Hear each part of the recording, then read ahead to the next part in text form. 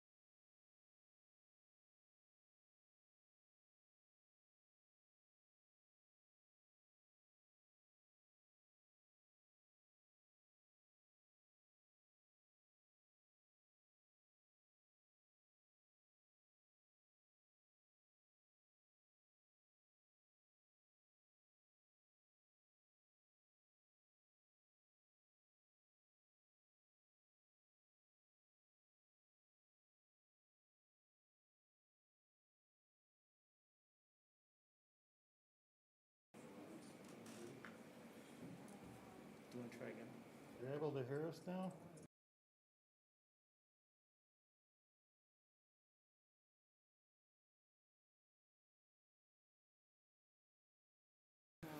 She can't. Yeah, that works. Our screen is back. I still can't hear you.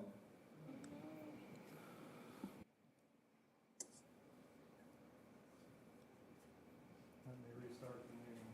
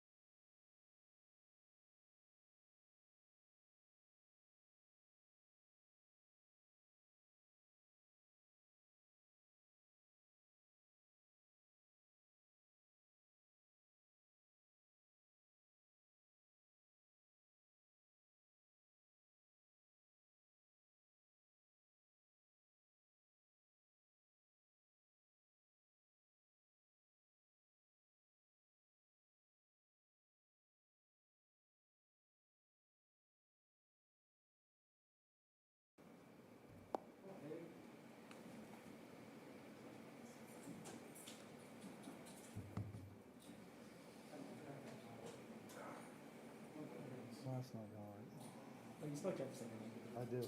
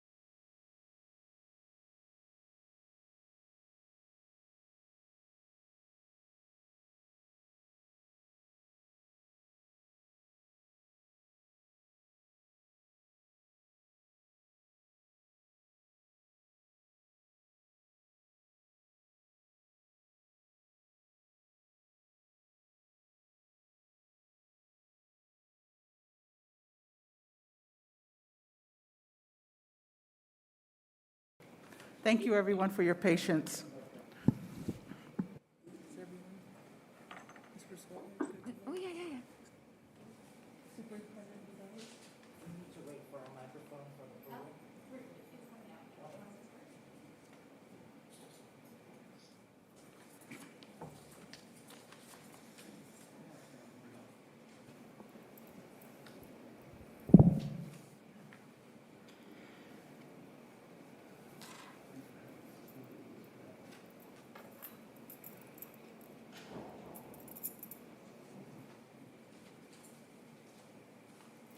I'm cold in here.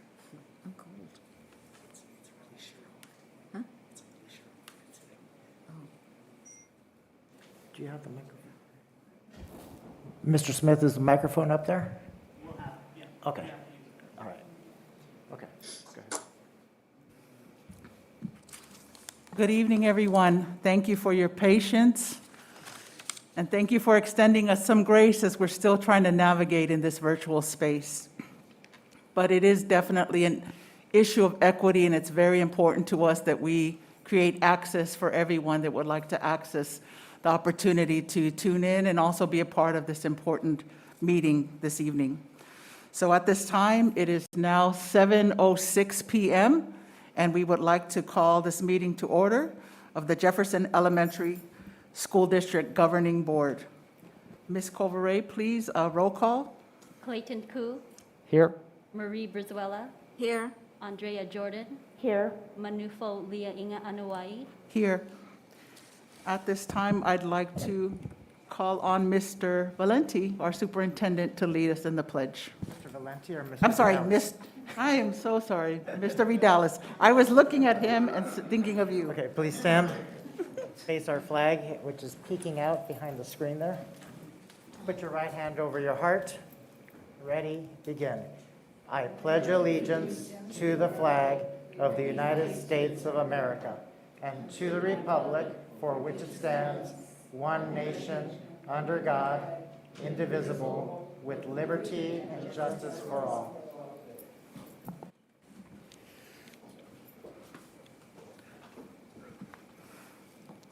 Thank you, Superintendent Vidalis. At this time, we will review our governance team meeting guidelines.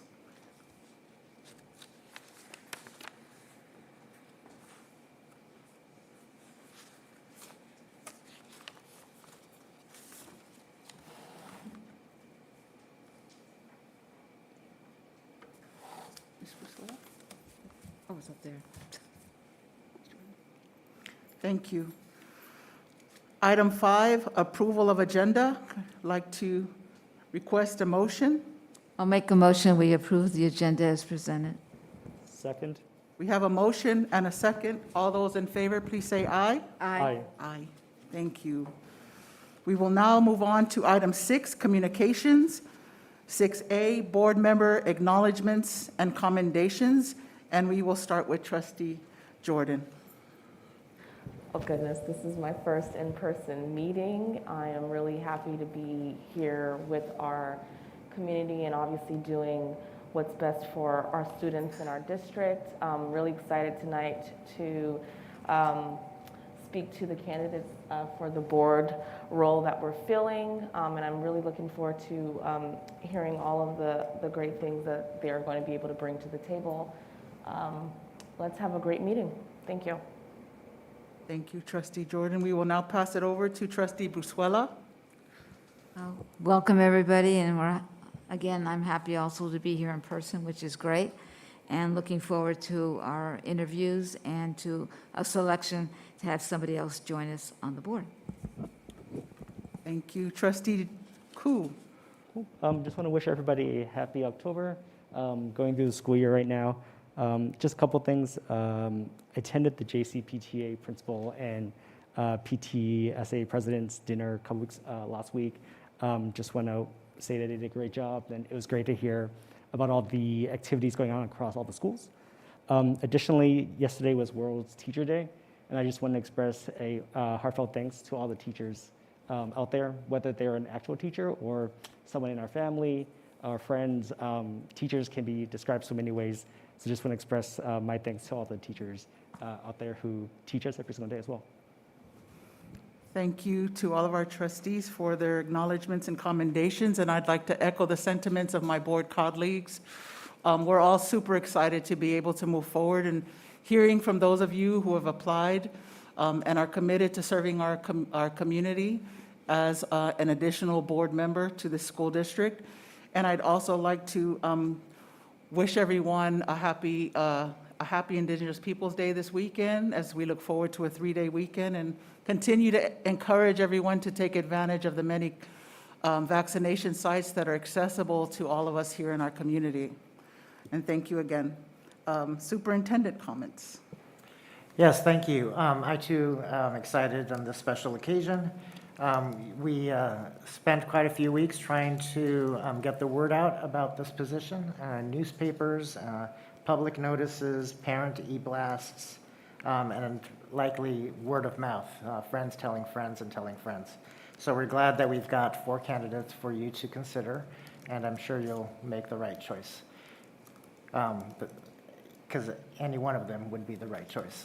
They're all very qualified. So just wanted to give a brief update about our district testing program.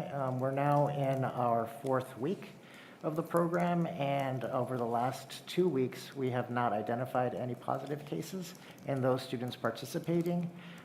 We have had cases across our district, as we are a reflection of the community at large, but those have come from community reporting instead of our district testing program. Thank you, Superintendent Vidalis. We will now move on to item 7, general functions. And I'd like to request a motion for a consent agenda. I'll make a motion that we approve the consent agenda as presented. We have a motion? We have a Second? second? We have a second. We have a first and a second. All those in favor, please say aye. Aye. Aye. Thank you. All right. We will now move on to item B, California School Dashboard and Local Indicators. Educational Services Department will present on the California School Dashboard and Local Indicators. We have Ms. Scott, who will be. Yeah, so Ms. Scott had a previous engagement where she needed to be out of town this week when we moved the meeting a week forward. But she innovatively thought it's a presentation that she could record it and give you the presentation through video, and she tutored me so that I could answer questions, if you should have any questions. So, Mr. Smith, if you wouldn't mind playing Ms. Scott's presentation.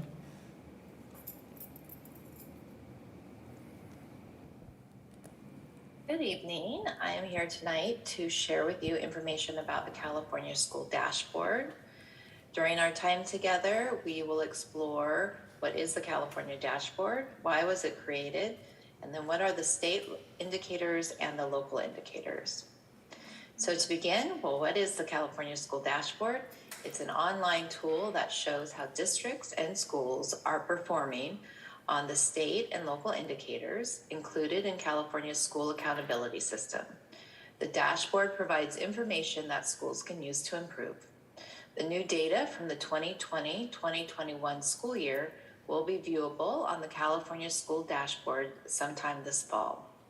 Performance on state measures using comparable statewide data is represented by one of 5 colors.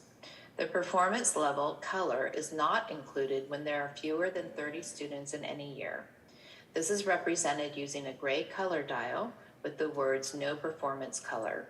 State measures include chronic absenteeism, graduation rate, suspension rate, and academic performance in English language arts, literacy, and mathematics. Future state measures will include performance on the California Science Test. So why was the dashboard created? It was created to give parents and the public a better idea of what is happening in our schools and districts, and to identify districts and schools that need extra help. The dashboard is a component of the local control funding formula law passed in 2013 that significantly changed how California provides funding to public schools and holds local educational agencies accountable for student performance. The local control funding formula law required that the State Board of Education adopt a new accountability tool that reflects performance in different priority areas identified in the law. The dashboard reports performance on the state and local indicators that the State Board of Education included in this new accountability tool. So what are the state indicators? They are based on data that is collected consistently across the state from each district through the California Longitudinal Pupil Achievement Data System, CalPADS, and testing vendors. The state indicators are an academic indicator reported separately for English language arts, literacy, ELA, and mathematics assessments, English learner progress, chronic absenteeism, graduation rate, and suspension rate.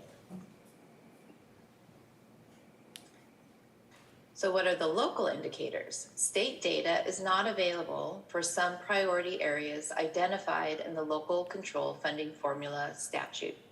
For these priority areas, the State Board of Education approved the local indicators, which are based on information that a district collects locally. The local indicators are basic conditions of learning, implementation of state academic standards, parents and family engagement, school climate as measured by a local climate survey, access to a broad course of study, and outcomes in a broad course of study. So how are the local indicators measured? The standards approved by the State Board of Education require a local educational agency to, 1, annually measure its progress on the local performance indicator based on locally available data.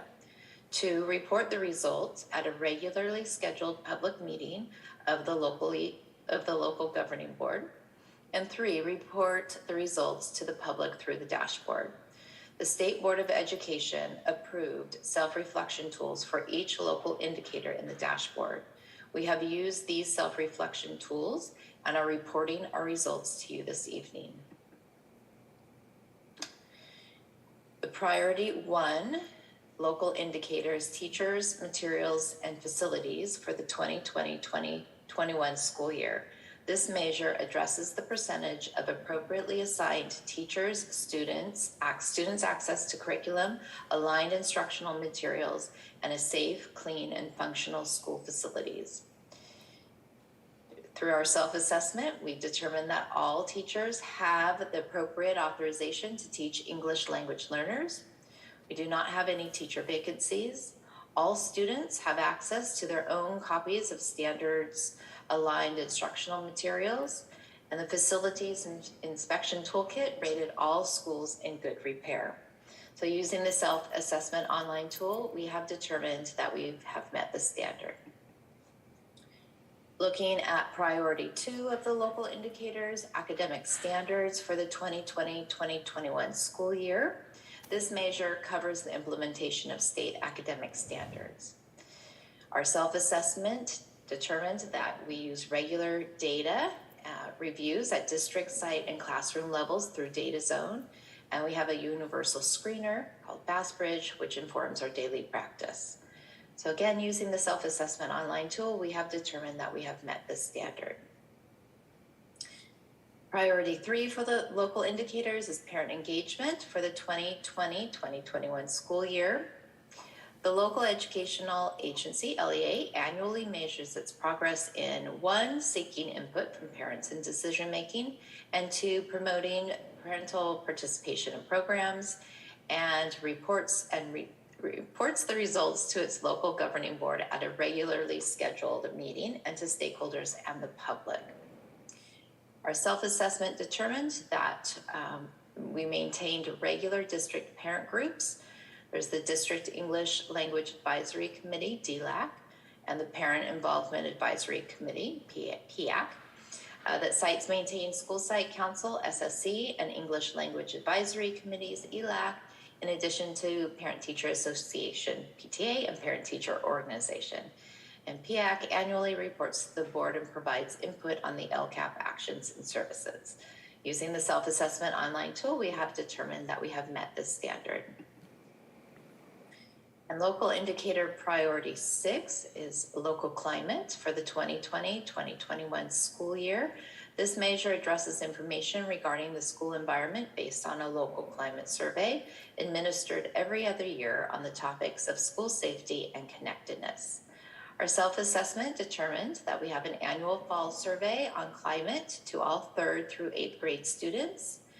We've also provided sought input on these surveys from all of our families and school site staff. Schools include their findings in their SIPSA, Single Plan for Student Achievement, and the district results are incorporated into our LCAP plan. Using our self-assessment online tool, we have determined we have met this standard. Priority 7 of the local indicators is access to a broad course of study for the 2020-2021 school year.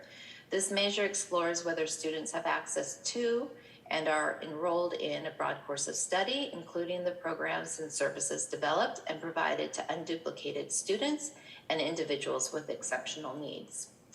Our self-assessment determined that all students in our school district have access to and are enrolled in a broad course of study, such as English language arts, mathematics, social sciences, science, and physical education. Elementary school students receive instruction in visual and performing arts, and health integration into core content areas are part of a weekly lesson schedule. And middle school students have access to health through their core science classes and have the option of selecting visual and performing arts and the world language courses through their elective courses. So using the self-assessment tool, we have determined we have met this standard. So in conclusion, our school district has met standard for all of the local indicators for 2020-2021 school year. The updated dashboard information will be released sometime over the next few months. Thank you. Thank you. I'd like to ask the board if they have any comments and/or questions. Everything sounds good. No? Okay. I'd like to thank Ms. Scott for the presentation, and Mr. Vidalis, we do not have any questions, so thank you. Thank you. All right, we will now move forward to item 7C, interview protocol and selection of questions for board member candidates. We are here tonight to interview 4 candidates for a provisional appointment to the Jefferson Elementary School District Board of Trustees. All candidates have met the eligibility requirements as specified in Education Code, which have been reviewed and verified by staff and a subcommittee of the board. Each board member will ask the candidates 2 questions. Each candidate will answer the questions within a 2-minute limit. Candidates will take turns in a rotating fashion answering the questions first. Prior to the first question, I will select the name of the candidate who will answer it first, second, third, etc., and they should take a seat in that order. When we are ready to proceed, I will call forward our candidates to sit in the front row. We will have 1 candidate participating in the interview via Zoom. And to our board members, you have received some questions for your review, but you are also welcome to ask questions with regards to the role and duties of this position, and that is located in the white folder. What right? Ms. Brusuela is in need of a, No, nobody gave it to me. thank you, Ms. Culveray.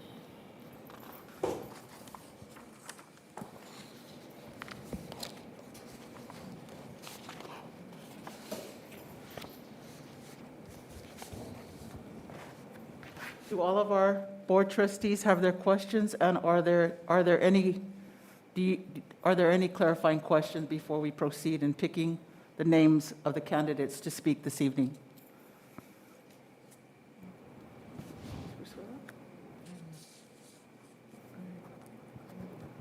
Thank you. So we will pick from here.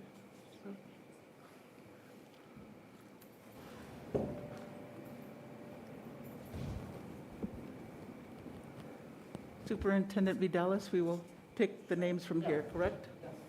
Do you want me to pick, or are we passing it through, or? Okay, all right, here we go. Of course, my hands don't want to work tonight, so. And our first candidate will be Jessie Lee. If you could come forward.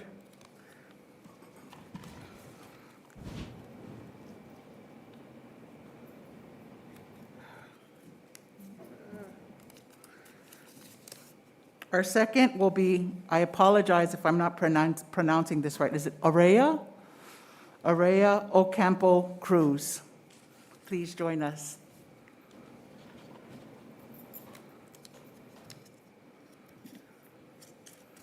The third will be Wallace Moore.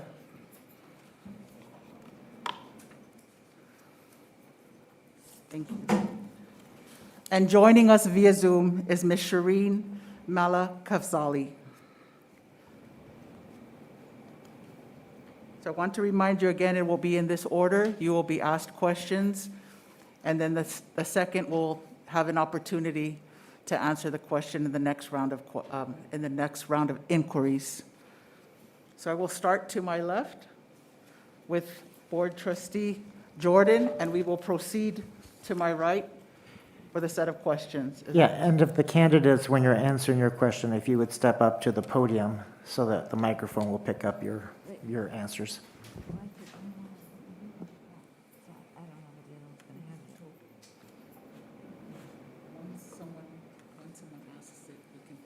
Okay. Okay. Any further questions, Board Trustees? No.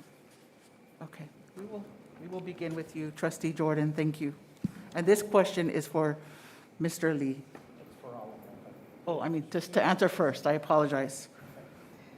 Okay, so what do you see as the basic purpose of public schools? This is a two-part question. And then what is the role of the Board of Trustees in the fulfillment of that purpose?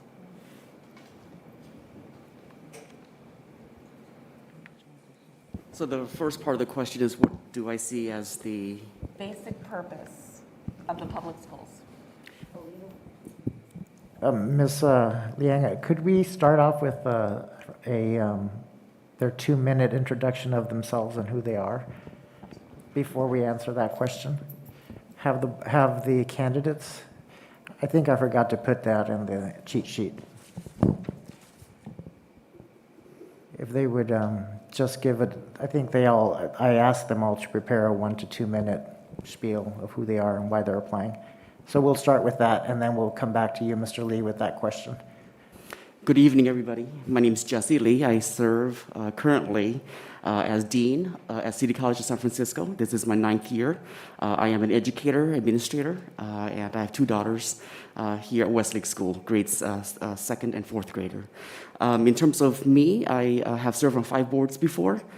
This is an opportunity I see as a good fit. I could certainly add my board experience to your current governance team and really add value. My life motto is to always add value, and I've done some research. I talked to 10 people to learn more about the current situation of JESD, and I think I got a lot of good insight, a lot of good perspectives, and I feel that this is a good fit for me to, again, lend my expertise and just be of value and be of service. In terms of where I am, I plan to be around. I plan to, again, make a difference. I plan to be a part of your team. This is all about teamwork. It's all about trying to be sustainable in our efforts to really improve our public schools and to really make a commitment to our students, make a commitment to equity, and to really make a commitment to each other, and to really make a commitment to improve our society.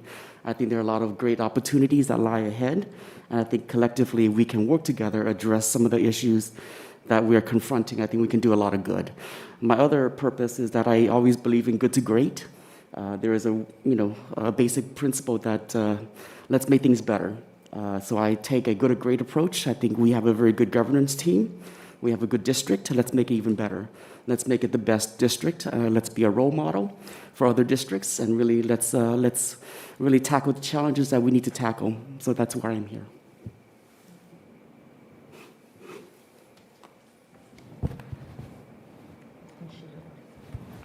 We will have you do your introduction, Ms. Ocampo Cruz. Thank you.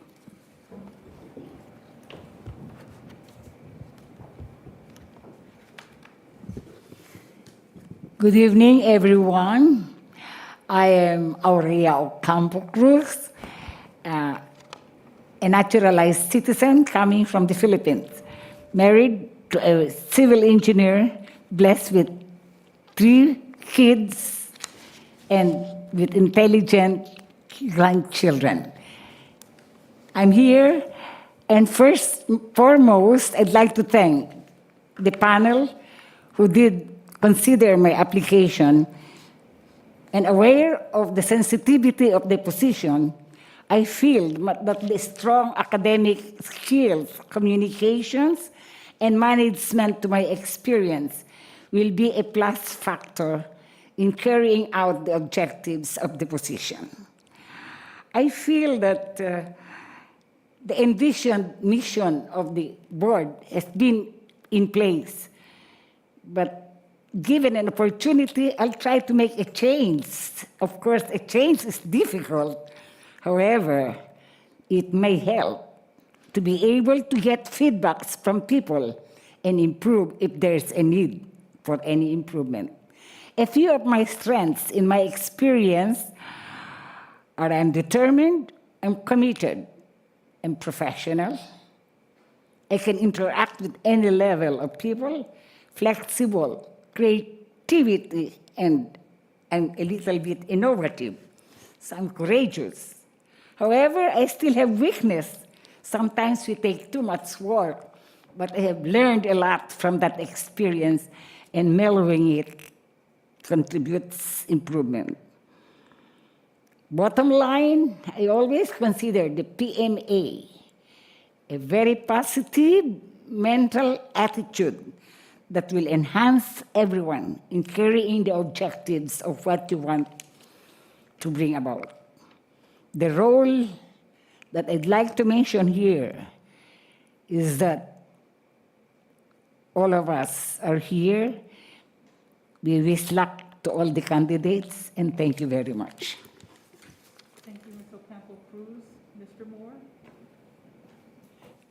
Can we pause here for a second? We're going to try a different interface model. We're gonna hold off just a moment, Mr. Moore. Sure, no problem.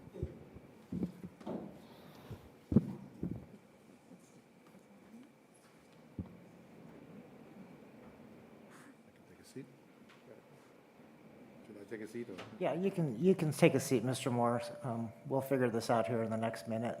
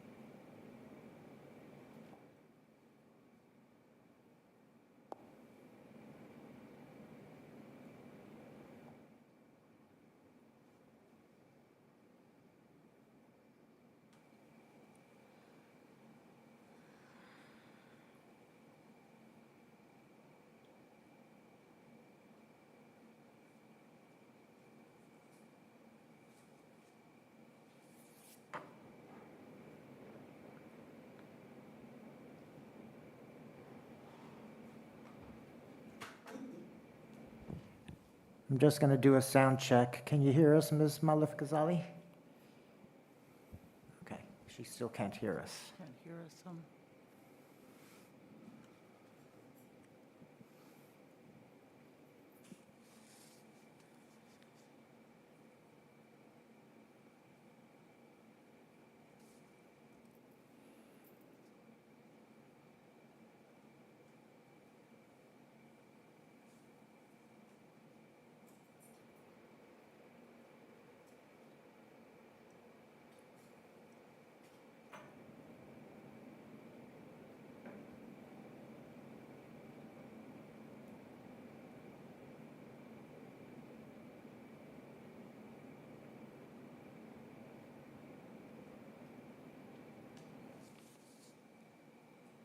Can you hear us now? Oh, we can't hear you. We can't hear you. We'll have to figure this one out. I'm sorry that you can't see us smile and being reassuring through our masks, but we are being reassuring and smiling.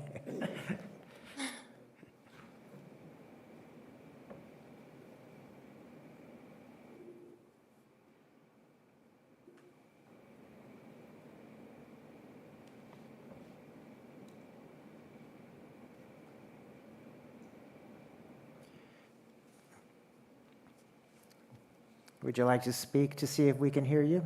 Say something? Sure, I'm Oh, perfect. We heard Shireen you. Malik Kabzali. I hope Okay. that you can hear me. We can hear you. We can hear. I'm Can you hear us? currently Can't hear us? Look, she can't hear looking us. at the floor. Yes, she the can't see video. us. Yes, and we will circle right back to you. We wanted to make sure we could hear you. Can you hear us? No, she Thank can't. No? you, and I'm sorry that I missed other people's remarks. We're still troubleshooting. This audio actually is better than previously. Positive. I think it's gone.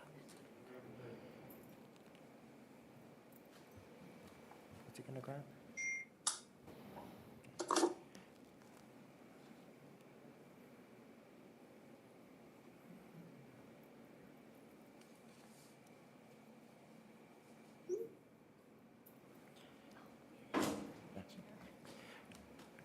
Okay, she tells me that she can hear us now, so put up 2 fingers if you can hear us. Perfect. Say 2 words And and see if we... you can hear me? Yes, we can hear you. Okay, so now we're gonna fix the camera so you can see the board. Let's see. I'm not sure you're gonna get to see them all completely, but Okay, is that good enough? thank you. Okay, so we still have Mr. Wallace, who's going to introduce himself and answer the first question, and then you introduce yourself and answer the first question. And we'll have Ms. Manufo repeat the question prior to her answering, because I'm not sure she heard it. Okay, we're ready? All right, thank you. Good evening, trustee, board members. Anoa'i, Brizuela, Ku, Jordan, Superintendents Vidales, Valenti, and staff. Let me take this opportunity to extend my sincere thanks for inviting me to interview for the vacant position. My name is Wallace Moore, current chairman of the Jefferson Elementary School District Personnel Commission. As a matter of fact, I was sitting there yesterday running the meetings. Seems like I never left. When I think of getting involved in my community, 3 things come to mind. Service, which is my watchword. Commitment to serve my community. Dedication, that is to follow up on what you committed to doing until it comes to fruition. I bring perspective of union negotiations, having been the former vice president of the local chapter of the National Treasury Employees Union at the Internal Revenue Service. This experience is very important, especially when the board is dealing with contract negotiations and creating a professional and reasonable contract with teachers. As a board member, there are many policies and decisions that are being made impacting the quality of our educational system. I want to use my experience to work with members of this board to represent the community, parents, disadvantaged students, and to help make decisions on important issues such as teacher support, training, evaluations, job descriptions, and school intervention programs. My colleagues and I have been gatekeepers of the merit system at the Personnel Commission. But now I want to bring my variety of experiences, whether as former member of the Citizens Advisory Committee at Seton Hospital, Personnel Commissioner with Daly City, Personnel Planning Commissioner, also with Daly City, and as current Measure K Committee member for San Mateo County. I want to bring all those experiences to this board. It is time for me to focus on substance and positive impact to ensure that we work synergistically to maintain a fiscally solvent budget, improve test scores, continue partnerships by increasing parents' involvement. I will be ready on day one because of my familiarity with board proceedings, and I will collaborate with members on this board to bring passion and fervor to the board so that we can serve our students, parents, teachers, and the community as a whole. And finally, it was Steve Jobs who said, "Great things in business are never done by one person. They are done by a team of people. This illustrious team is incomplete. I hope that I will be selected to complete it. I hope Daly City is proud of my services." Thank you. Thank you, Mr. Moore. Ms. Malakafsali, we will now turn it over to you for your remarks and introduction. Can you hear us? Yes. Okay. Thank you so much. And thank you for making this opportunity work via Zoom. Good evening, Jefferson Union Elementary School District Board of Trustees, Superintendent Vidalis, and members of the community. Thanks you for this opportunity to apply for the opportunity to serve with you. I have 2 children in the school district right now, a kindergartner and a second grader, and would appreciate the opportunity to support the district, bring my perspective as a parent, as an equity leader, and also to learn. I have over 20 years of experience advancing equity. Currently, I'm the Chief Equity Officer for the County of San Mateo, previously the Health Equity Officer, helping build policies, community engagement structures, tools, processes to operationalize a commitment to equity from hiring and procurement to programmatic efforts within complex structures. And I'd love to be able to contribute that expertise to the district as it advances its commitments to equity. I also have a temperament that lends well to a governance body. I value community stakeholder engagement. I love to learn. I'm a good listener and hard worker. I'm passionate about making the world a better place, but also pragmatic in nature. I've served on numerous public and nonprofit boards and advisory councils and bring that experience of a governance body, what our role is and what it isn't.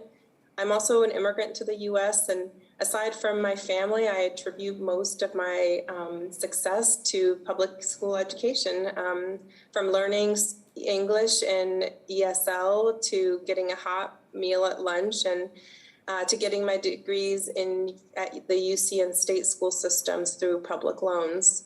It would be an honor to serve the school community my kids go to, and I appreciate the opportunity to answer further questions. Thank you. Thank you. Thank you. We will now ask Trustee Jordan to repeat the question and call up Mr. Lee to join us again at the podium. Thank you. I need to time myself.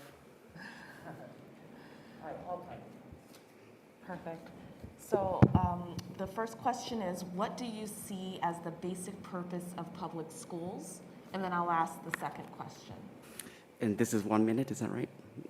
Is it 1 minute? 2 minutes for total. So again, I wanted to share how privileged I am in terms of having gone through public school system pretty much all my life. And the one person that made a difference in my life when I was in elementary school was Mrs. Benson. She inspired me, and she helped me, deal with my struggles in overcoming adversity. She went to my UC Irvine graduation, and she also went to my Penn State graduation when I earned my master's. I went on to University of Michigan. I've been a dedicated educator. So when I look at the public schools, it is really the engine of social and economic mobility. We need to start early. We need to start believing in our students. We need to start really instilling confidence that they can do it. They can, again, pull themselves up by the bootstrap and achieve the American dream. I was fortunate as a refugee from Cambodia to have somebody who inspired me, and I really want to give back to, again, everything that we can do as a board to help our students, help the families, help our communities. In terms of preparation work, we need to do a lot more to help prepare our students. Thank you, Mr. Lai. And the next question is, what is the role of the Board of Trustees in the fulfillment of the purpose? The role of the board is really to collectively decide on what's best at the policy level, providing strategic guidance, providing strategic leadership, and making decisions that are really not just what's best for tomorrow, but what's best for the next 5-10 years. It's a collective decision. It's a collective voice. I am one person if I'm selected. I want to work with all of you to address, again, the challenges and what we need to do to overcome our fiscal situation, our enrollment decline, and certainly, a mindset of how can we do better.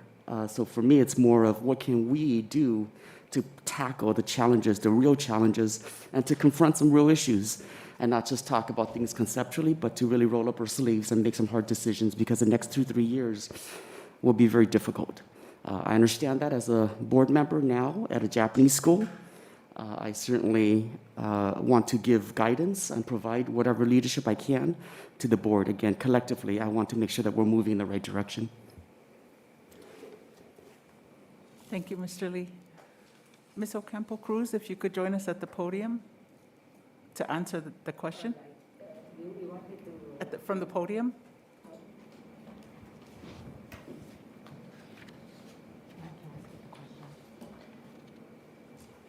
The first question again is, what do you see as the basic purpose of public schools? Will you please state one more time? What do you see as the basic purpose of public schools?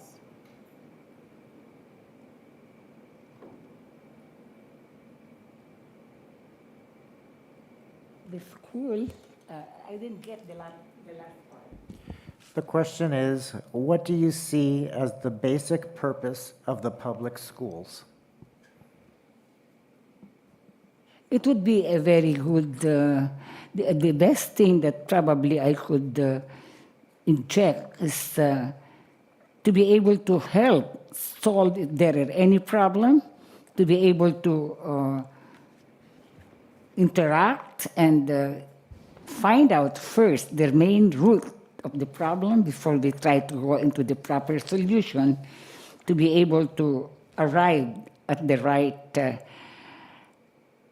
be able to address the issue properly.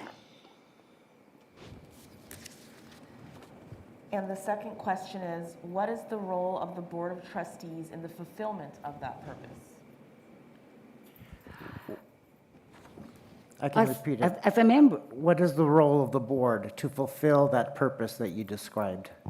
before, Yes. yeah, I have had the opportunity to administer actually with the legacy that I have earned from my parents even.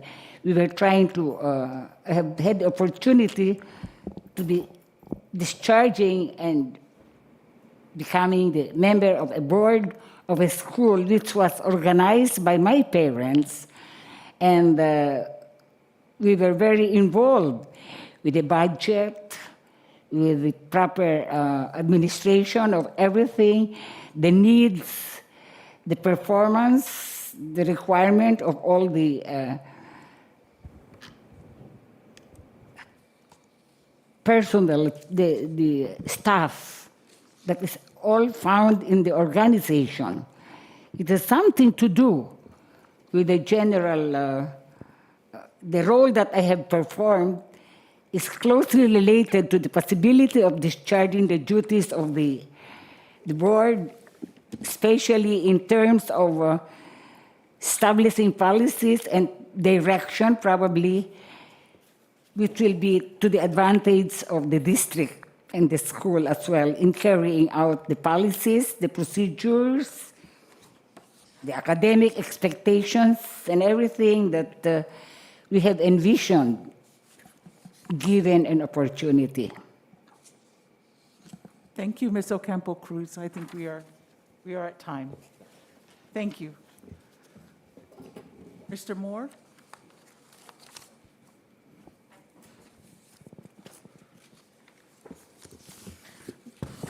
If I got the question right, is what's the purpose of board, right?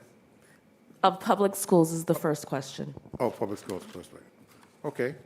So my answer would be, public education is very, very important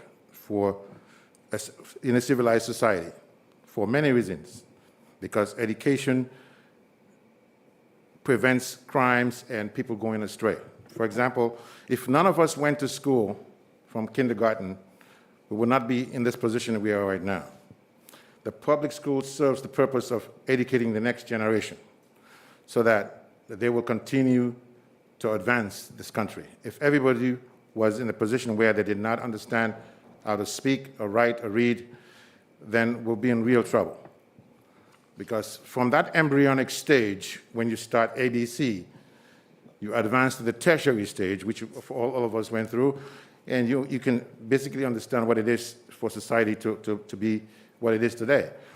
And even though we have education, there's a problem with crimes and everything. But the public school is the fundamental beginning of your learning. Your parents are your first teachers, but then when you go to school, you learn more by association. In other words, by osmosis, kids learn from each other. And I think it's very, very important. Not everybody can go to charter schools. Not everybody can go to private schools. Not everybody can afford it. But the public schools, I went to public school myself, and I understand what it is. People don't give credit to public school these days.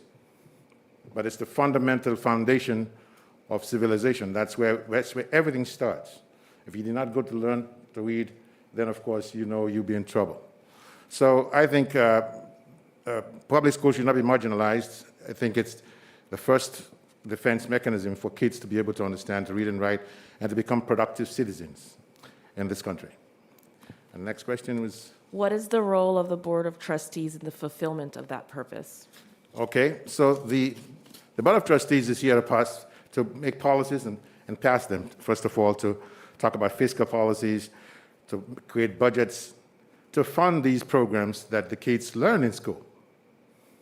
For example, it is very, very key and important to make sure that the kids with disabilities are fully funded, because, I will always like to put it the haves and the have-nots.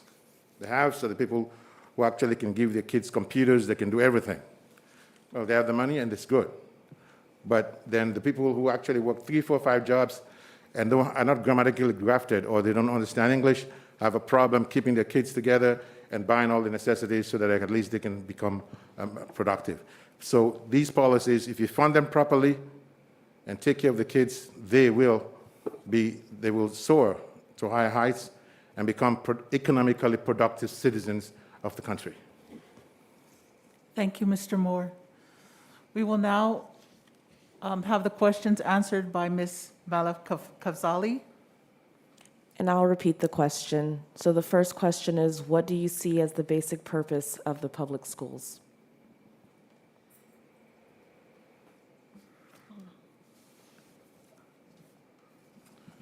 Sorry, I was on mute. The basic, the value of the public system is really to fulfill the fundamental commitment that everyone has a right to an education, irrespective of whether your family has money or where you live. And it serves as the critical foundation to build the engine of a society in the US that every child can be able to participate fully as they grow into their adolescence and into the future as then the economic engines who will therefore lead the country, be our leaders, and be the part of the economy, and will be also those that educate the other students and young children. So the concept of public education is very critical to ensuring that the commitment is fulfilled, that every child fundamentally has the right to an basic foundational education and therefore can contribute to society fully. Thank you. And the second part of that question is, what is the role of the Board of Trustees in the fulfillment of that purpose?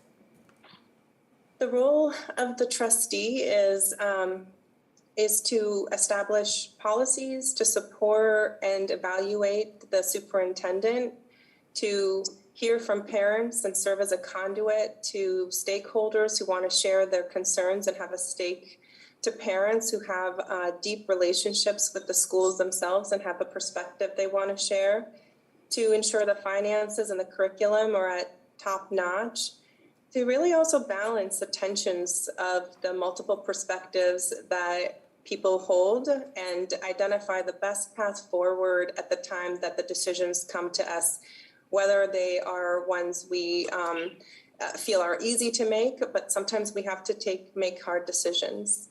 It really is fundamentally, I think it is about building the strongest school system where all children feel a sense of belonging and experience the conditions they need individually to succeed. Thank you. We will now turn it over to Trustee Brusuela to ask the next question. And ask Mr. Lee to join us at the podium, please. I'm sorry, Ms. Ocampo would answer this question first. I apologize. Mr. Lee will answer it last, yeah. So Miss- Ms. Ocampo, you will answer this question first. From the podium, yeah. If you could join us again at the podium so we can hear you from the mic. No, Mrs. Brizuela will ask you a question. Thank you. And thank you for bearing with us. We're still trying to get the hang of all of this, so we appreciate your patience and understanding. And Ms. Brusuela will ask the question.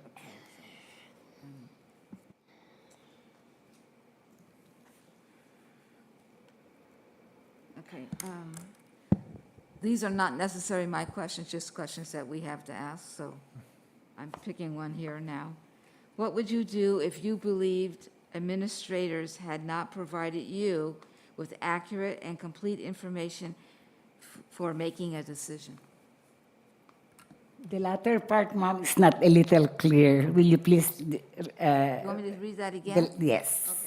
The Sorry. latter part especially. With the mask and everything, I'm sorry. What would you do if you believed administrators had not provided you with accurate and complete information for you to make a decision?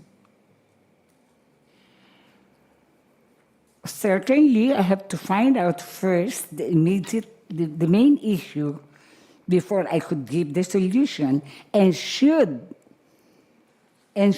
they give exactly the problem, then we try to solve the issue by trying to give alternatives and proposals. If there's a need even to involve parents, teachers, there must be a proper evaluation of all the issues to arrive at a proper conclusion.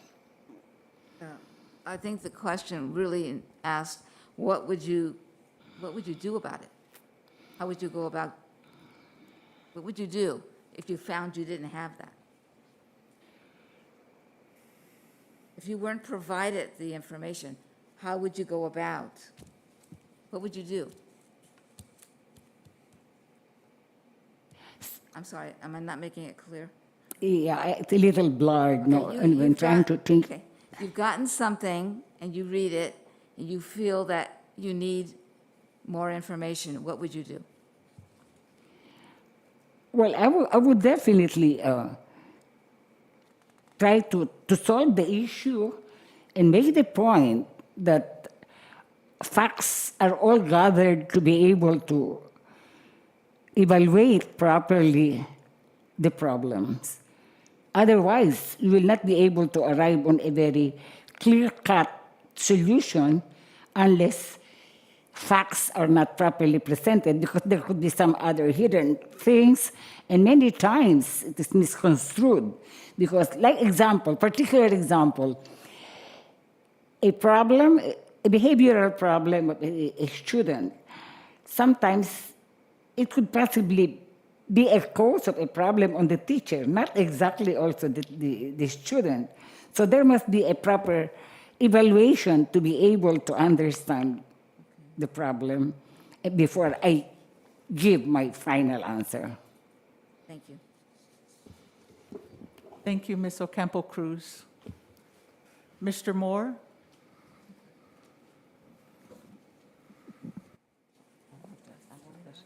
Thank you, Mr. Brizuela.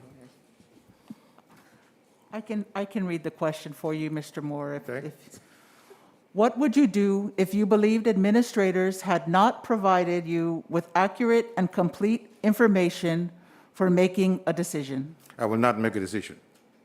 I will not, because except it's not fair to whoever the decision is going to be rendered or admitted to, because you have a problem, you have to have a solution. It's just like communication. I'm the transmitter, you're the receiver. Where there is confusion in the middle, it's called noise. Where there's a distortion, it's called noise. So you cannot understand me, I cannot understand you. So how could we have a meeting of the minds, what is called consensus ad idem? You can't have that. So I will not make a decision. I will ask for clarification.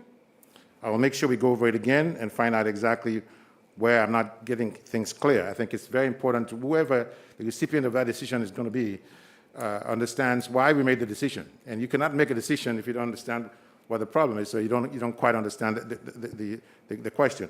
So I would go back to, if it's the superintendent is coming from, I'll go back to him and say, well, I need to get more information. When I represented people at the IRS as a vice president of the union, when the grievance is filed, when I file a grievance, management knows exactly why I filed it, and they're coming back to me so that we can sit down and have the grievance meeting, first step.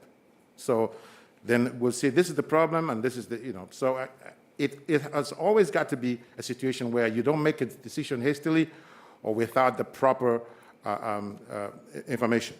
So I will not make a decision. I'll go back and clarify and make sure I understand what it's all about before I make a decision. Okay? Thank you, Mr. Moore. Ms. Malakavsali, do you need me to repeat the question, or?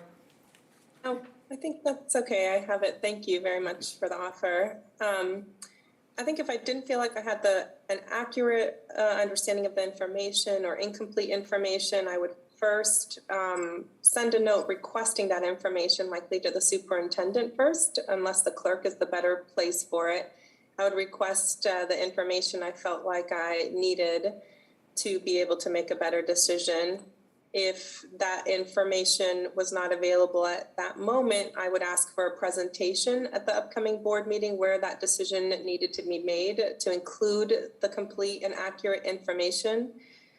And finally, if I was told that was also not possible and I continued to think that we had inaccurate information, I would finally request a postponement of the decision until we were able to have more accurate and complete information for us to make the decision. I will say that I know that as someone who works ad nauseum with data, I also know that there's times that we may not have all the detailed data that we may want as decision makers. And if that's the case, then I would ask that we start to collect the data needed and but would have to press on to make the decision we needed. Again, not inaccurate data, but if it was incomplete and we still needed to move forward with the decision. Thank you. Mr. Lee? And did you need the question repeated? I'm good. Thank you. So I think the most important thing is to share with you my philosophy. My philosophy, and I think this is very important to note, is that a board member is a public servant. And I think as a public servant, we need to be very good stewards of our resources. We need to be good stewards of the things that the public expect us to be stewards of. So starting from that perspective, if I don't have enough information, I certainly will ask for more information. I certainly want to engage in dialogues. There is this thing called crucial conversations. If we're struggling, what can we do to engage in those conversations and dialogues to have a more complete picture, a more complete data, a more complete assessment? Because at the end of the day, it's upon us as board members to recognize that we have a public commitment to make sure that we're making the right decision for the district. I have served as a board president for 3 years of the Mendocino Coast Botanical Gardens. I have served as board chair for 2 years with the Mendocino Coast Chamber of Commerce. I have dealt with many times situations in which the executive director did not have enough information. So certainly as the board president and board chair, I've always set clear expectations in terms of what we need before a meeting. I always want to make sure that we have enough information to review in advance. And if there are disagreements, then we need to table that to the next meeting. If we need to really, iron out issues behind the scenes, then we need to do that behind the scenes. So the way I look at it is how can we engage and listen to one another, because there will be different viewpoints. There will be difference, of opinions and different perspectives in terms of what our priorities are. And I think that's where us as a board need to recognize and need to really prioritize our priorities, because everything can be important. Everything can be important. And as long as we focus on the fact that every child matters, every student matters, I think that's going to help us prioritize our agenda. Thank you. Thank you, Mr. Lee. Do we have time for another round of questions, Superintendent? Yes, I think every board member should ask at Thank least you. one. Thank you. Thank you. Trustee Koo, do you have your question ready? We will, you do? I do. I just want to first just say thank you to all the candidates. Having sat in your shoes, I know exactly how hard this job is, how hard the process is. So just want to just commend you on just doing that alone. My question kind of refers to the work of the board. The board itself has to come across a lot of issues where we might always agree on stuff unanimously. We might not always agree, but there's always division. I just want to ask, just in terms of the work that we do, I was going to ask, what is a recent board decision or topic that we've discussed that you didn't necessarily agree with, and or how we handled or addressed it? And what would you have done differently if you were in our shoes right now? So, Mr. Moore, can you join us at the podium to respond to the question? And we'd like to ask that each of our candidates, if you need the question repeated, please feel free to let us know. Could you please? Yeah, I was kind of. Yeah, sure. Could you discuss a recent board decision or topic that you didn't necessarily agree with how we handled or addressed it? And if you were in our shoes, how would you have done so differently? Recent board decision. Can you say it again, because I didn't even understand it? Yeah, can you let him borrow your microphone? Because I think he's got a, Oh, that's right. 'cause- yeah, it's fine. I you think, I'm sorry. So I was just going to ask, could you discuss or select a recent board decision or topic that we've discussed that you didn't necessarily agree with how we addressed or handled it? Okay. And if you were in our position, how would you have done so differently? Okay, if we're talking about, are we talking about, do I particularize it to the board here? Just anything. Anything? Oh, I'm okay. open. Because we haven't made anything here that, that was controversial enough for me to complain about, so that's good. Board decision, I would say, this was at the IRS, and we had a decision made about, it was actually management's position to close down some of the walk-in offices where an ordinary person can go get information for their taxes. And they were going to close them for fiscal issues. And so I raised objection saying that, well, there are a lot of people who don't have computers at home, and they need those services. Why you want to close them? Because of budgetary issues. And I was told, well, this is something that is coming from the top. But I mobilized the unions to enforce or to go down there and complain about it and picket the line. They had a picket line and at the district office, and until they decided not to do it. Action is very, very important these days. Talk is cheap, as they always say, but then action is very, very key. You have to back your words with action. People are mobilized by action. When you show them how discontented you are about something, they listen. So my feeling that particular time was, no, we cannot do that because there are a lot of people that need the services. And in fact, we went all the way to Washington, D.C., and I can show you newspapers of me holding placards and complaining about it. But representing the union, the board, the union, I actually had to fight because there are people out there who need those services, and they're poor people, so they need the services. And I said no, and I stood my ground and mobilized the union until we were able to shut it down, or to keep them open, I should say. Thank you, Mr. Moore. Ms. Malakavasali, did you need the question? No, that's okay. I think I captured it. Thank you. This is a hard one because I really struggled to think of one. But I will say that there was a time when the school, this was right after lockdown, when the schools were so great to give out Chromebooks to many of the children who needed it. And I had concerns when there was a request to recall all of the Chromebooks back. And I had felt that it was the Chromebooks, from all the things that I had heard from parents, had been a lifeline to their health appointments at the time when nothing was being met in person. There was a support systems offered, services, access to social services, also connections to family when people were not able to meet in person. And I understood that there were issues in front of the board around the need to update Chromebooks and to make sure that the property was well taken care of. And while I'm not deep and I recognize I don't have all the information in front of me, but I had hoped that there would be some type of an iterative process where the students could bring their Chromebooks in to be maintained, but would not lose that access and opportunity for themselves, for those educational apps that were available, the reading that they could do, all these other through the library, as well as their parents, that wouldn't all be lost over the course of the full summertime. So that's one example that I think comes to mind. Thank you. Mr. Lee? So I'll take us back a year and a half ago, certainly as a parent of two daughters. Back in April 2020, there were a lot of confusion, there were a lot of misinformation, there were a lot of angst. So certainly, I think we all didn't know what we were getting ourselves into. Certainly looking back a year and a half later, we now know. But certainly back in April, it was very annoying and very frustrating to not know what's going to happen. So I think the board made the best decisions that you could have with superintendent and staff, but certainly more communication would have been helpful.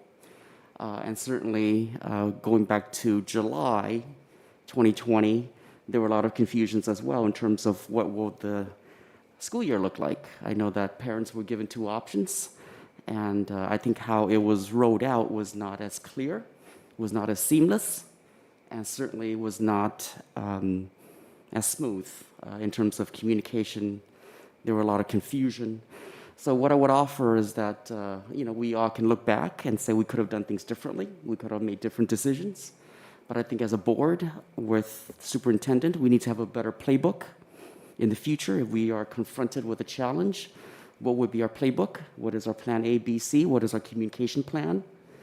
And how do we implement it? I think as long as we understand that people want information, in the absence of information, people make up stuff. And we cannot let parents, let our community be in the dark. So in terms of our responsibility as a board, we need to clearly communicate. Even if we don't have the answers, we need to communicate that we're working on a solution, we're working on a plan, and that we're going to get the information out and have as many forum as possible, have as many opportunities for parents to provide feedback as possible, and let's not have all the answers until we share those information. Thank you, Mr. Lee. Ms. Ocampo-Cruz?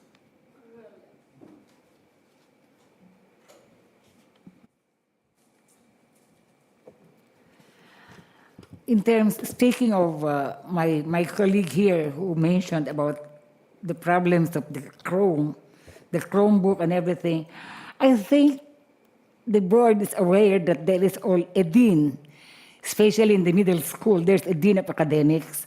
And normally, one of the trusts that is given to them is to handle this. they're given properly the distribution, the checkup, the proper connections and everything, through the teachers' help also. But basically, what is important is that the parents should be involved, because even if you have all the logistics and everything that you want to carry on, if the parents themselves, who is the first, I would consider parents are the very basic home base who will understand. That's why, in my experience, I had an opportunity with working with the middle school. We try to have we have a program where parents are invited by the dean, by the administrators, in order that there will be a proper collaboration to be able to carry out whatever objectives the purpose of this Chromebook, especially during this pandemic, where virtual last year, practically everyone depended on the virtual learning. I think what is important is the proper definition and clear-cut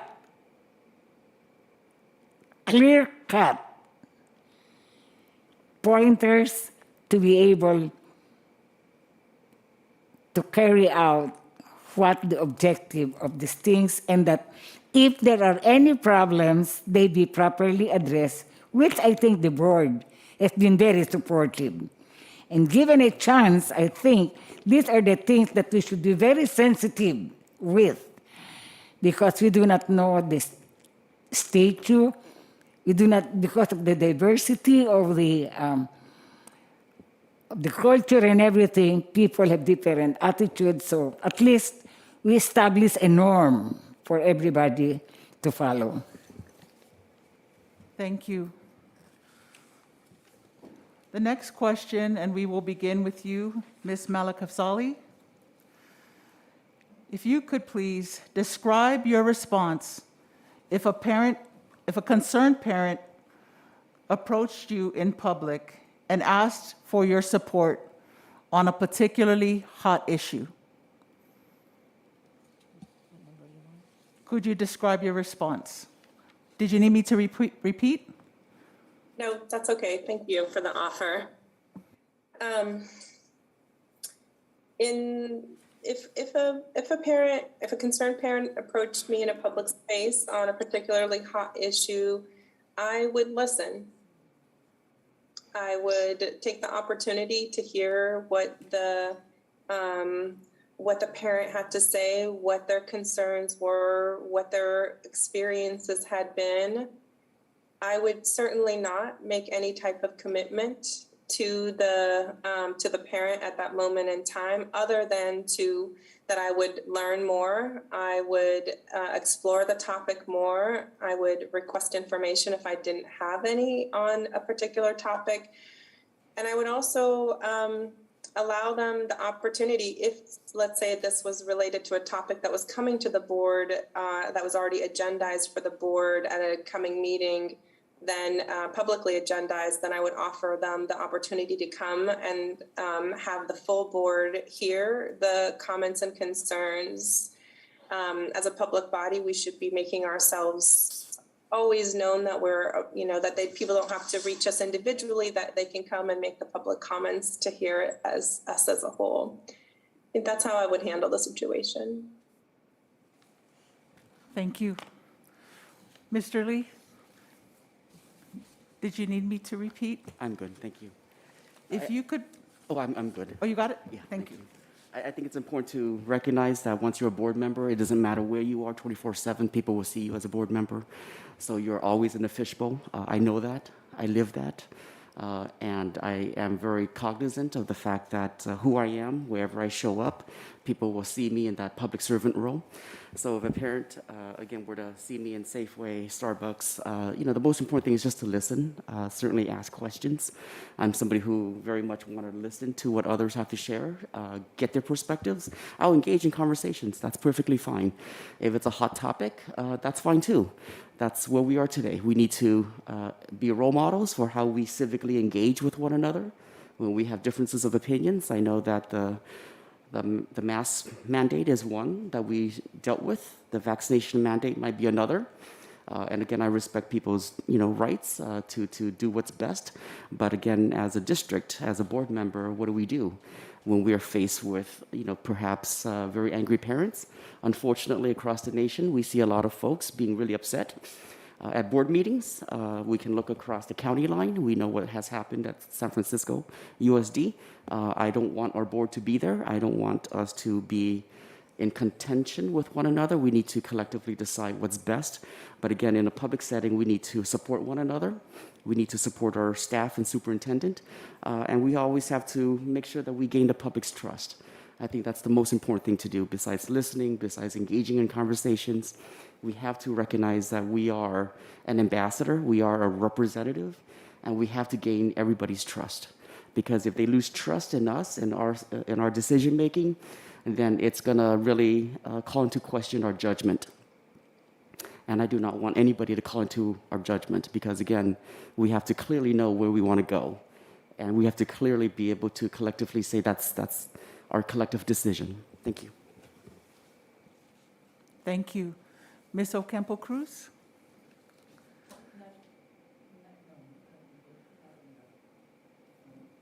I'm sorry? Did you want me to repeat the question for you?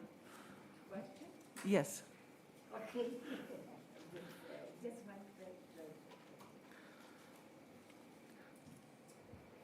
So the question is, if you could describe your response if a concerned parent saw you in public and asked for your support on a particularly hot issue.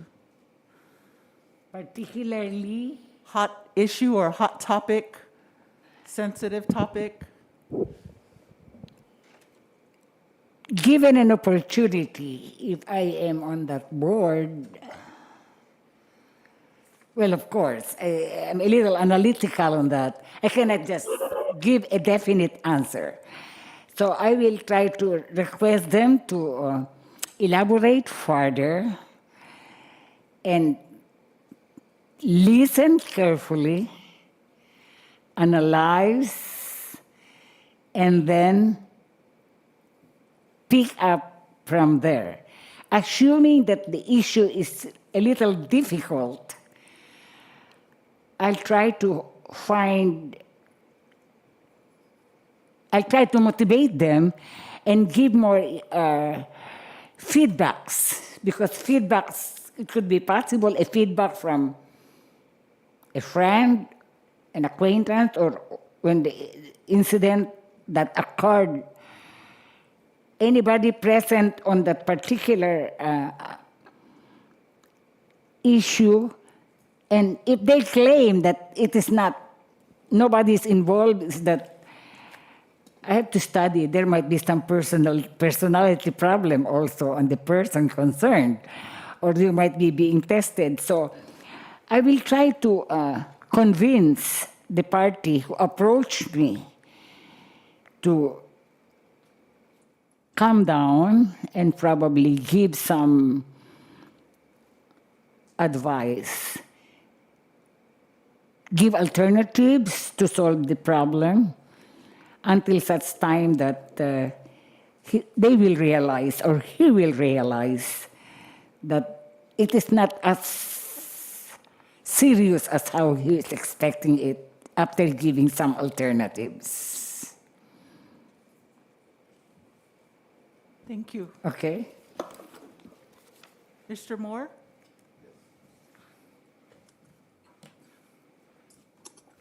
And did you need me to repeat the I question think for I you? got it. I got it. Thank you. As I was just making some notes, listening to everybody speak, I think listening skills is something that is very key in this position. We are public servants, and we should listen to people. But if the concerned citizen actually asked the questions after a meeting, but they were angry, they were using all kinds of maybe vituperative language, I move them to the side in a quiet place and try to find out exactly what it is, maybe calm that person down. But if it's in Starbucks or any of those places, of course, it's public. You wouldn't want everybody to hear what is going on. You don't make any decision right there. First of all, you will listen patiently, have some empathy, but no, don't give any final decision or answer. Not to promise anything, just to ensure that you agendize that particular issue. Say, well, okay, let me do some fact-finding. I want to fact-find and making sure that to authenticate what you're saying, if you're accusing somebody or some kind of information that I need to authenticate, then I'll actually say, well, I will make a decision in the school district. It's what is called synergistic viewpoints. The board makes the decision about something. I can't. So therefore, I have to bring it to the superintendent or the school. If it's a hot issue that you're passionate about, maybe it's something I would say, well, let me discuss with my colleagues, because we make decisions together, I'll get back to you. But making a hasty decision to show favor one way or the other, I think is a no-no, as far as I'm concerned, because you might be speaking on behalf of the board, and you have not been given that permission to do so. And very many times we want to do that instantaneously because we feel, oh yeah, I need to empathize with this lady because this issue is hot. But in reference to what my friend just said, yes, when you see on TV what is happening right now, it's very important for us to ensure that this is no good. We have to, people are yelling at board members and everything, but you just take it with the punches and you try to act civilly and don't disgrace the school by fighting back in public. Try to find out and solve the problem with the board. Thank you. We have one more round of questions, so thank you for hanging in there with us. So we're going to come back to Trustee Jordan to ask the next round of questions. I just wanted to also echo, I believe it was Trustee Ku's sentiments. Just thank you guys for just bearing with us and answering all of these questions. We really appreciate your dedication here tonight. So the next question that I'm going to ask is, please summarize the strengths you would bring as a member of the board. Mr. Lee? Nothing like the first person, right? So I have been practicing this philosophy called mindful leadership. I am very, very, very, very mindful. I pay attention to the present moment. I pay attention to what's happening, and I try to be as mindful and present when we make decisions so that we are clear with what we need to do as a board. So mindful leadership is something that I would offer to the board. How can we, again, engage in this practice? The second thing is authenticity. I am very real. I am very candid. I will be extremely truthful. I will call out issues. I will call out concerns. I will bring up anything that we need to bring up in order to make sure that we're not overlooking something. And as a board, we need to make sure we don't just simply rubber stamp. I will also share with the board that my background is organizational development. I do leadership trainings. I do team building activities. So that's something I can bring to the board. I've been doing a lot of trainings for the last 20 years. So leadership trainings, facilitating, that's my expertise. I certainly want to empower the governance team, empower the district to really be transformative in what we do, not just as an individual, but how can we be transformative as a board, as a district? So that is a different lens to look at the challenges. How can we, again, transform and impact the lives of our students in this community? I think it's easy to be transactional, and we cannot be transactional. We have to go deeper, and we have to challenge ourselves to really transform and really take on the equity issues and take on the disparity, take on the learning outcome concerns. Certainly that's something that I can bring to all of you. And again, my prior board experience, I'm not a rookie. I will listen, but I will definitely chime in. There's no doubt I will absolutely articulate and express my voice. Thank you. Thank you. Ms. Ocampo-Cruz?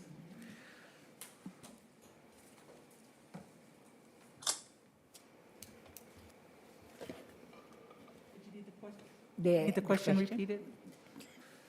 Please reiterate the questions. please summarize the strengths that you would bring as a board member? The last, The strengths that you would bring to the board if you were appointed as a board member?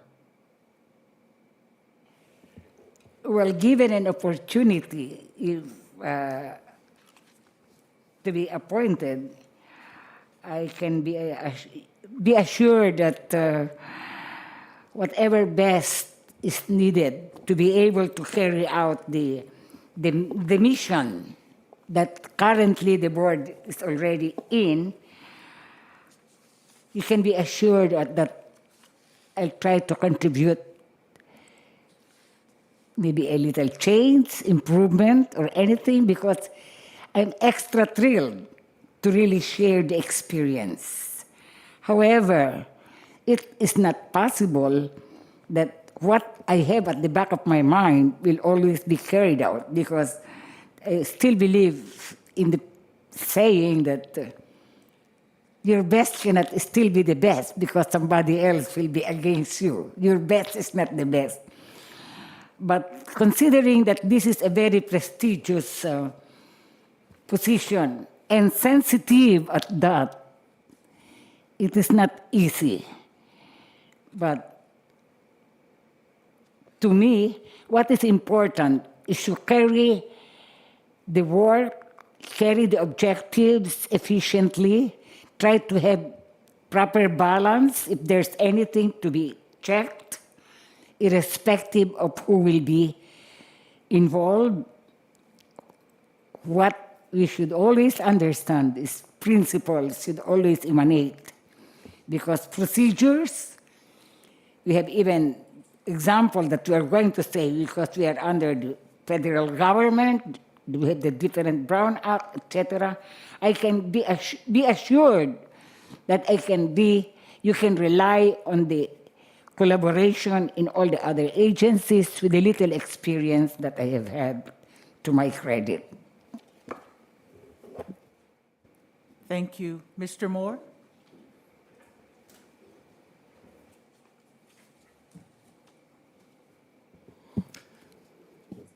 I would say one of my virtues is compromise. I know what it means to compromise. In a board meeting, in a board setting, you have divergent viewpoints, and everybody's entitled to their viewpoints. But it's how you compromise and solve issues that matters.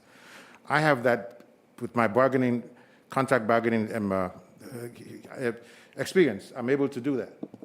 I'm able to bring people together, to unify them, and basically to get things moving. Sometimes people are at an impasse, but it's how you view the problem. Sometimes decisions are not made because somebody does not understand what the issue is. But after you clarify, and clarification is one of my things whereby I can talk to people and move them from their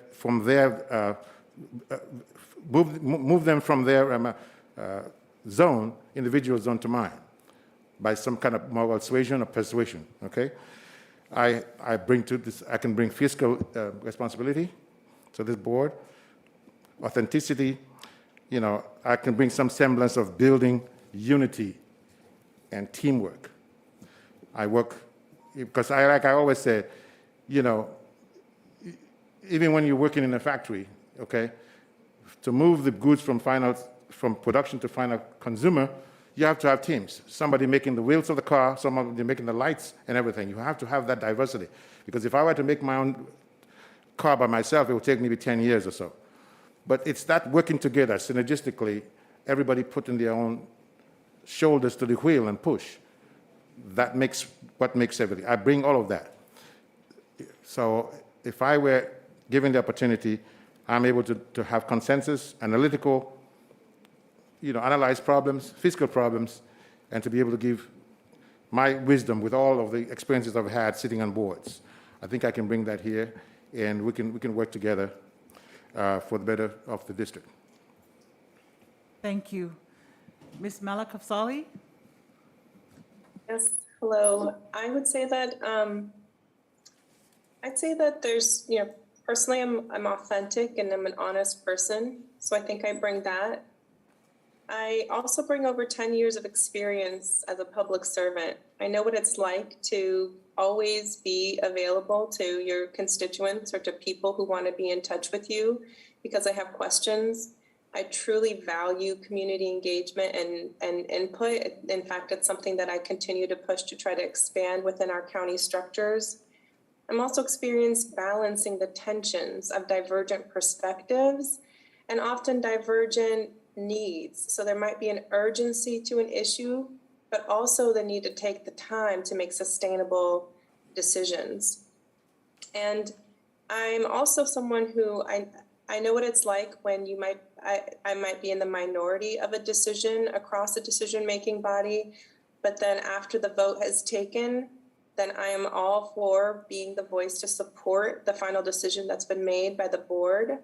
I believe that's a collaborative structure and it's necessary for us to stick together as a team and bring a united front to support the work moving forward. I'm currently the board chair of a national nonprofit called Human Impact Partners. I am also vice chair of the Office of Health Equities Advisory Council at the California Department of Public Health, and I support ensuring a balanced budget. I ensure supporting any fundraising opportunities. I support overseeing the evaluation of the executive directors and the office director of the programs. I'm also pragmatic in nature, but also know when to take a strategic risk to take leaps forward so we can advance the goals. I am also skilled at prioritizing across numerous topics of need. I think that's often something we have to do to figure out to get things done. I have skills facilitating complex conversations, difficult conversations with community forums. I'm good at building relationships, just being authentic and honest myself and being able to relate to people one-on-one. I subscribe to a motto that John Powell uses from the Othering and Belonging Institute, which is to be soft on people, but hard on systems as we try to advance equity, for example. And I truly believe in collaboration. And I think my experience as in public service, in complex systems like the county infrastructure, and with difficult concepts like being at the forefront of COVID response. Many people were not happy with the decisions that were being made and really having to make some strategic, difficult decisions, partnering with our community leaders to understand those that are closest to the pain, know the solutions best. How do we bring that spirit to better governance structures as we move forward? We're at time for the answer. Thank you. Thank you. Thank you. We will now turn it over to Trustee Brusuela to ask her question. And we're asking you to join the podium, Ms. Ocampo Cruz. You will take on the next question first. Thank you. Looking for the question.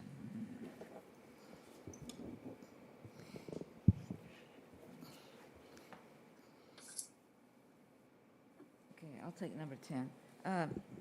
It's 10 on our paper. So let's see.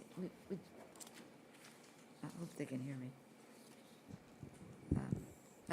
Identify a recent board decision that you felt strongly about and describe how you would balance community concerns, student needs, state and federal law, staff consideration, and your personal value and beliefs to determine how to vote on the issue. That's really a long thing.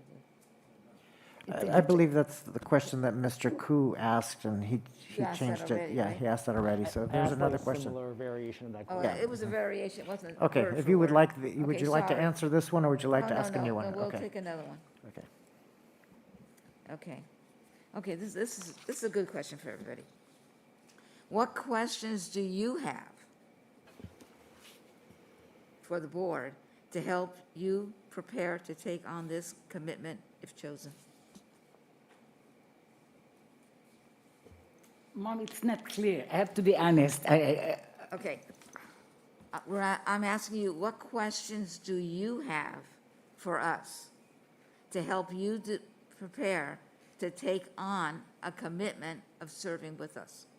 Do you have any questions to ask us? Actually, at this point, the question is not that clear, but maybe I'll rephrase it. Given an opportunity to be appointed as member of this board, of course, it says filling up the position only for a short period, are we supposed to be expected to be a candidate to be in the electorate? Because that is something, I'm not a politician myself. Thank you very much. That should have been my question. And that was going to be a question of mine. However, it wasn't here. So I'll ask that question. So I'm glad you brought that up. So even though this is an appointment, would you have a commitment to run for office next year? To keep your seat? You're only going to be on here until next year. If you want to stay longer, are you willing to run for that office? So that people can elect you. Just want to know if you're committed to that. It's something that I could not reconcile, really, the idea. I'm sorry, I didn't understand that. Yeah, Ms. Ocampo, she's asking the question, what are your thoughts about running for office next November, should you be appointed this today? Would you consider running for this office in November of 2022? Well, at this point, it's not much. I would just depend on whatever will be the decision of the board. I mean, the choice is not mine, so I'll just adhere to what will be given to me, given an opportunity. So, Ms. Ocampo Cruz, if you were appointed tonight, you were successful in being appointed, would you decide to run to keep the seat? Will I decide to what? Would you want to? Would you want to run to keep the seat after your appointment term expires, is another way of asking the question. Because if you are successful in receiving the appointment and you want to keep the seat, you will have to run to keep the seat. Would you want to do that?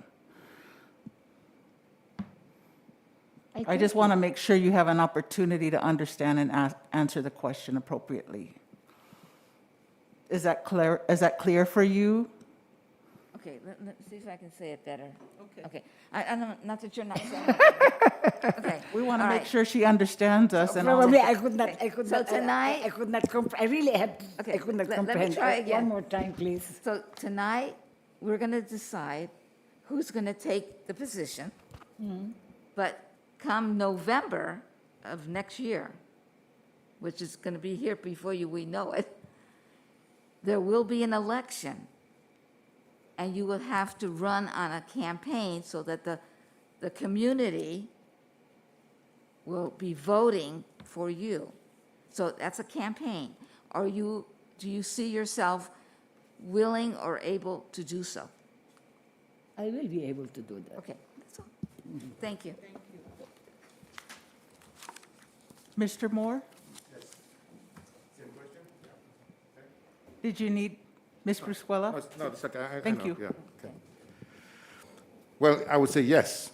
My running for office is well documented in the sense that my colleague there edged me on that. Even with 8,500 votes, I was still managed to win. She beat me, so congratulations again. But I'm willing to run.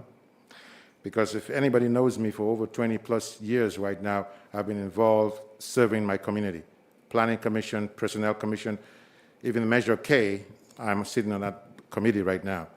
And we do a lot of things down there to help schools. Your superintendent can tell you that having applied for $75,000 that was given to the school for computers, some other things. I'm there on that side as well, and making some provisions for the school. Anytime I can find some money or do anything, I'll help. But definitely, because I think when you're committed to running or committed to doing what you do for the community, like I have been, it's something that's for a lifetime. You know, I lost my child when she was only 4, and she did not attend this school, which of course, school district, which I wanted to do. But you know, I immersed myself in a lot of volunteer work for the city, a little bit for like an escapism, so that it keeps my mind off my only child being gone, right? But I think she's always talking to me, it's school board, it's school, go to the school, help. I think I hear that. So I think that it's incumbent on whoever is going to be appointed tonight to run. It shows that you're really, really interested in working for the students, because this is not a one-time thing, it's continuity. You start some projects, you pass budgets, you know, you continue to do it because it's for the betterment of the school. And I love, you know, I don't have a kid now, but if I were appointed, all of the kids in this school would be my kids, because I will ensure that I take care of them. That was already done? Okay. Thank you. Thank you. Ms. Malakavsali? Yeah, thank you. If I could just share my deepest condolences to the gentleman that spoke before me about the loss of his child. That is just absolutely heartbreaking. And absolutely, I would run it come November. I recognize that this is, I did have to think long and hard about that concept of being an elected leader prior to applying, but I made that decision when I submitted my application.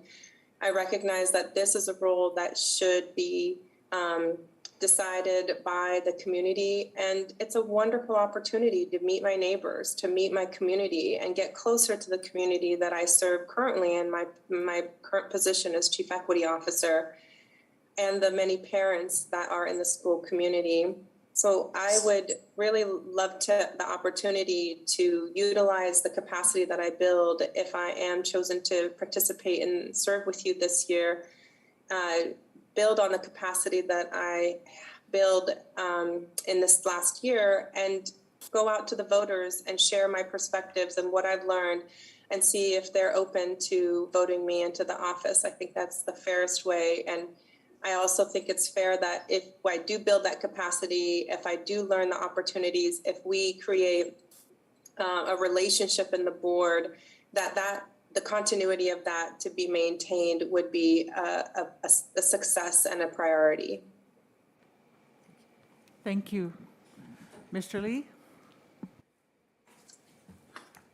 So I should share with the board and everybody else here that I thought about this opportunity 3 years ago, and I didn't think at that point in time that was a good fit. So I'm glad that Maybell was able to serve in that capacity. This time around, yeah, I think this is a much better fit. The timing is great. I've done some homework. I talked to at least, again, some of you in the room to gain some perspective. So at the end of my assessment period, I put in my application. So I think this is something I'm serious about, and this is something that I'm going to dedicate and commit myself to over the next 13 months.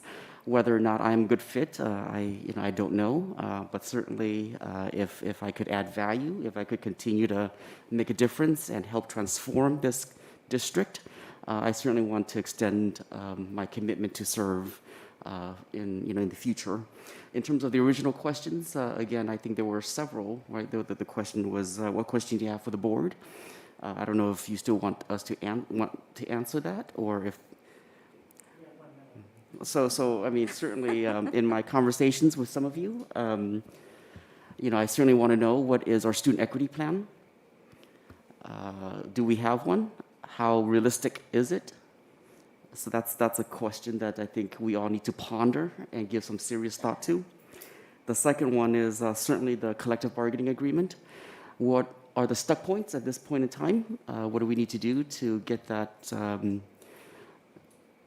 moving along? And certainly we want to be partners in the conversation to get our CBA approved. The third question, of course, how do we stem our enrollment? I know that we lost a good number of students over the last 4 years, 100 a year. That's very concerning. So what do we do to stem our enrollment? I know folks are moving out for different reasons, but again, what are we going to do? And I think the best way to do what we need to do is to retain who we have. So how do we retain the folks that we are serving? Thank you.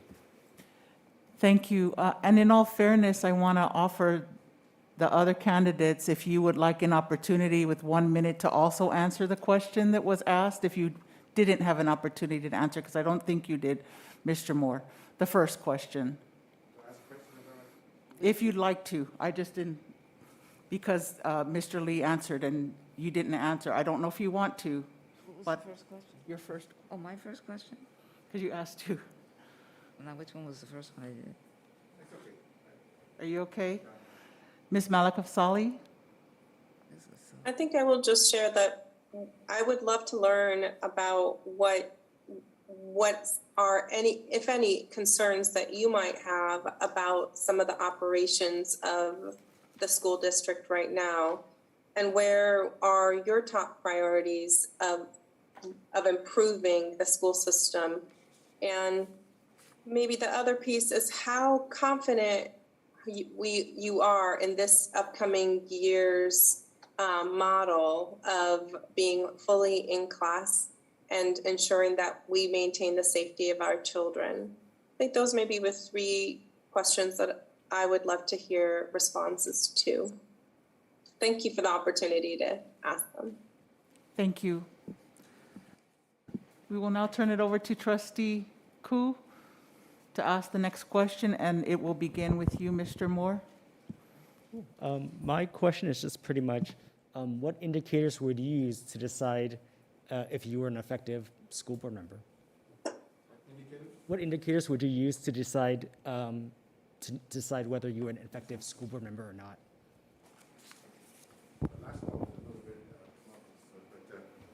Maybe if you have the microphone, maybe just to clarify. We don't have it. Which one? I think I got a part of what measure would I use to ensure the success of the board. Is that what you're saying? What indicators would you use to determine whether you were an effective school board member? Whether I was ineffective. Oh, Yeah. okay, I see. Well, by the decisions that we make, it will tell me whether the student achievement is up to par, because I would say that if we fund certain, if our fiscal responsibility to keep the schools board solvent is really in effect, and people see that the school is running properly, I'll consider that to be a good measure, because very oftentimes, there are a lot of other kids that are actually left behind, kids with disabilities, and if we don't fund them properly, and or people just drop out and move away because they're not happy, or teachers are not staying because they don't like the way the administration is going on, then that tells me something is wrong. Those are measures that I want to look at. If employees are quitting left and right without any exit interviews to find out exactly what is the reason why they're leaving, that's something that I look at. Safety is another thing that I look at. The safety environment. I'm a strong advocate for safety in schools, especially right now with the COVID and pandemic. And I know that it's important to ensure that the board is on top of those policies that ensure that we don't have any problems, such as disaster planning, safety. Bullying is something. If we have a lot of bullying in the school and the board is not doing anything to combat it or to alleviate those problems, I look at those measures to say, well, it's not successful. We need to do something. Okay, and if the district does not have any complete financial integrity, then I know something is wrong.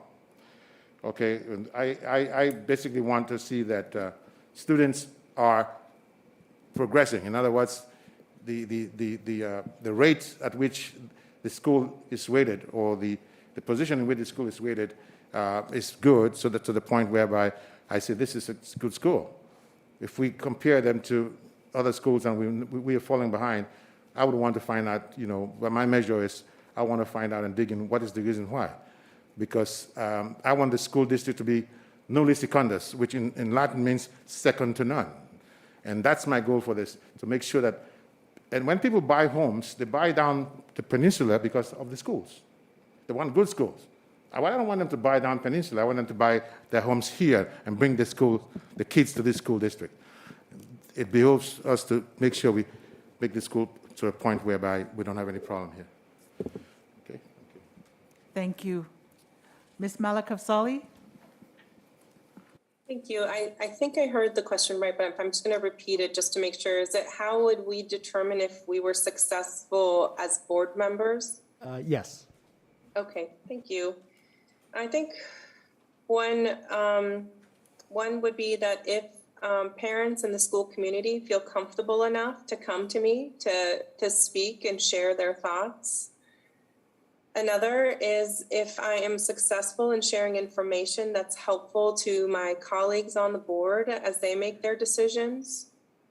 If the superintendent reaches out with questions or needs that could be useful for me to be able to contribute to efforts that the district is taking on.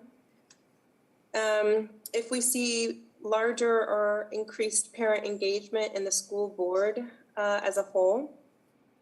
And if I'm able to contribute my expertise on equity to see a deepened and expanded actions related to advancing equity within the school district. Thank you. Mr. Lee? Well, this is a very hard question because when you measure effectiveness, there's really no real concrete measure in terms of your own effectiveness. So I want to start by saying that. However, I think it's important to note that I think the most important measure is a sense of collegiality. I certainly want to work well with every one of you. I want to make sure that Superintendent Vidalis and I have a good trusting relationship where we challenge each other's opinions if we have strong disagreements. But at the end of the day, we need to support our one employee. We need to, again, be collegial with one another in terms of public meetings, in terms of events, in terms of anything that we do as representatives of this board. So certainly a measure of collegiality is one that's really hard to measure, but you know it, you feel it. Your intuition tells you guys are working great together, right? You don't need others to tell you that, but you just know that. The second way to measure is, to look 3-4 years down. I'm proud to announce to you all today that CCSF, City College of San Francisco, today there was a press release. We were voted to receive the National Entrepreneurial College of the Year. So this is a national award amongst the 1,000 community colleges in the U.S. CCSF earned this award. I was just in Minnesota to receive the award 2 days ago. And it was under my leadership that we started the Center for Entrepreneurship. And it's nice to know that we worked so hard to make CCSF a place for aspiring entrepreneurs to get started. So again, it's really hard to measure success over a month, over a year, but hopefully in 3-4 years, there's some imprint of me making a difference. And again, I think it's all about policy making and making sure that we move in the right direction and move the needle. Thanks. Thank you. Ms. Ocampo-Cruz? He will repeat it for you. Sure thing.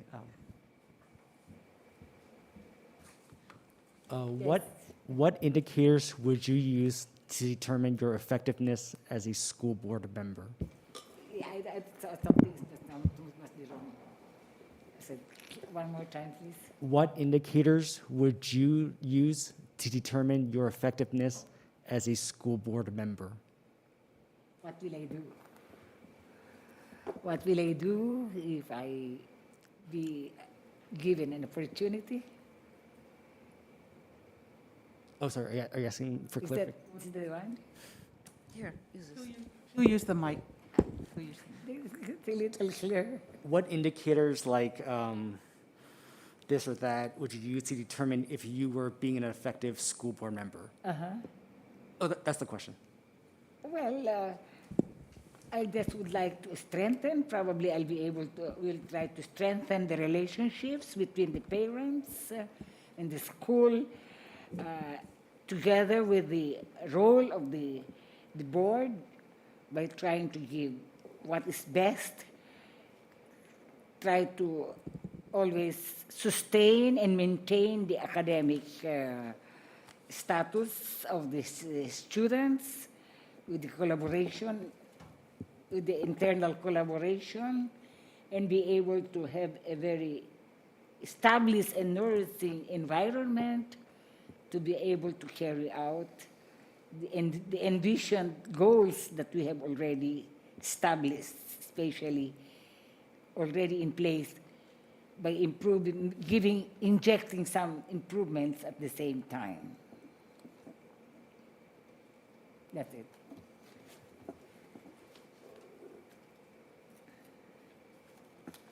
Thank you. This will be our last question for the evening, so thank you all again. As a trustee, what do you see as your primary purpose, your primary role? As a trustee, what do you see as your primary purpose or your primary role? And we will start with you, Ms. Malakafzali. Thank you. Yeah, as a primary, that's a hard question to think of. What is the most important thing? I think probably the most important thing is being a conduit between the community and the system. Our systems and structures are very complicated and often not fully understood by our community members. Our systems are also sometimes not accessible to our community members, and therefore really being a bridge to make sure that the voice of our community is heard and understood, and that the systems are able to respond to that, and that we're able to be strong ambassadors for the system, bring the information in ways that can be understood, serve as that conduit that can feel engaging and open and help explain if there are questions that come up. I think that would be the primary role, though I certainly appreciate the deep responsibility necessary related to establishing policies and the fiduciary responsibilities and supporting the superintendent. There's numerous other responsibilities, but I think as a primary, I would state the biggest is to have that community connection and the connection to the system, and build that bridge and make sure that it does not get split apart, but that it continues to come together. Thank you. Mr. Lee?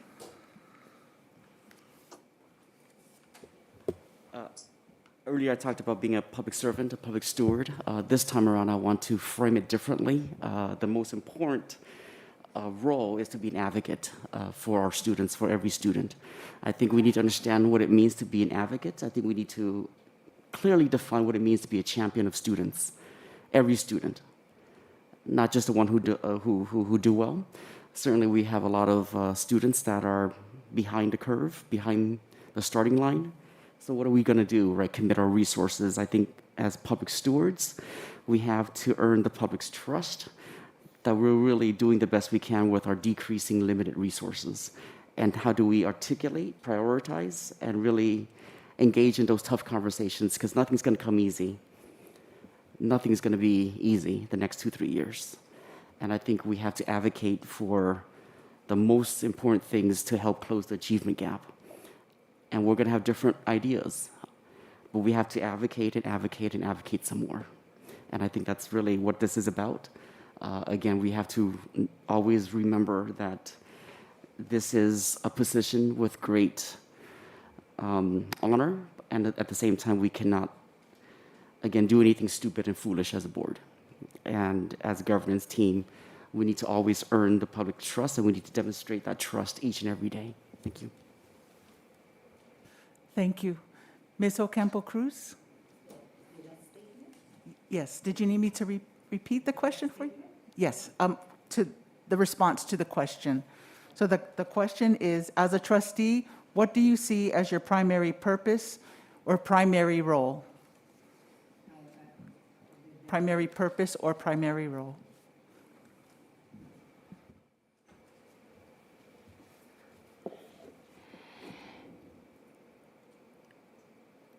Envisioning the final role that I will be doing it is that that if the enthusiasm that I have when I applied be doubled, given an opportunity, because I feel that things that might be able to introduce with your help for the community, for the district, and at the same time for all the staff in the organization that composed the whole company as a whole, because the role that we are giving is of great importance in carrying out all the objectives, the procedures, the policies in accordance to what is really required of the board. Thank you. Mr. Moore?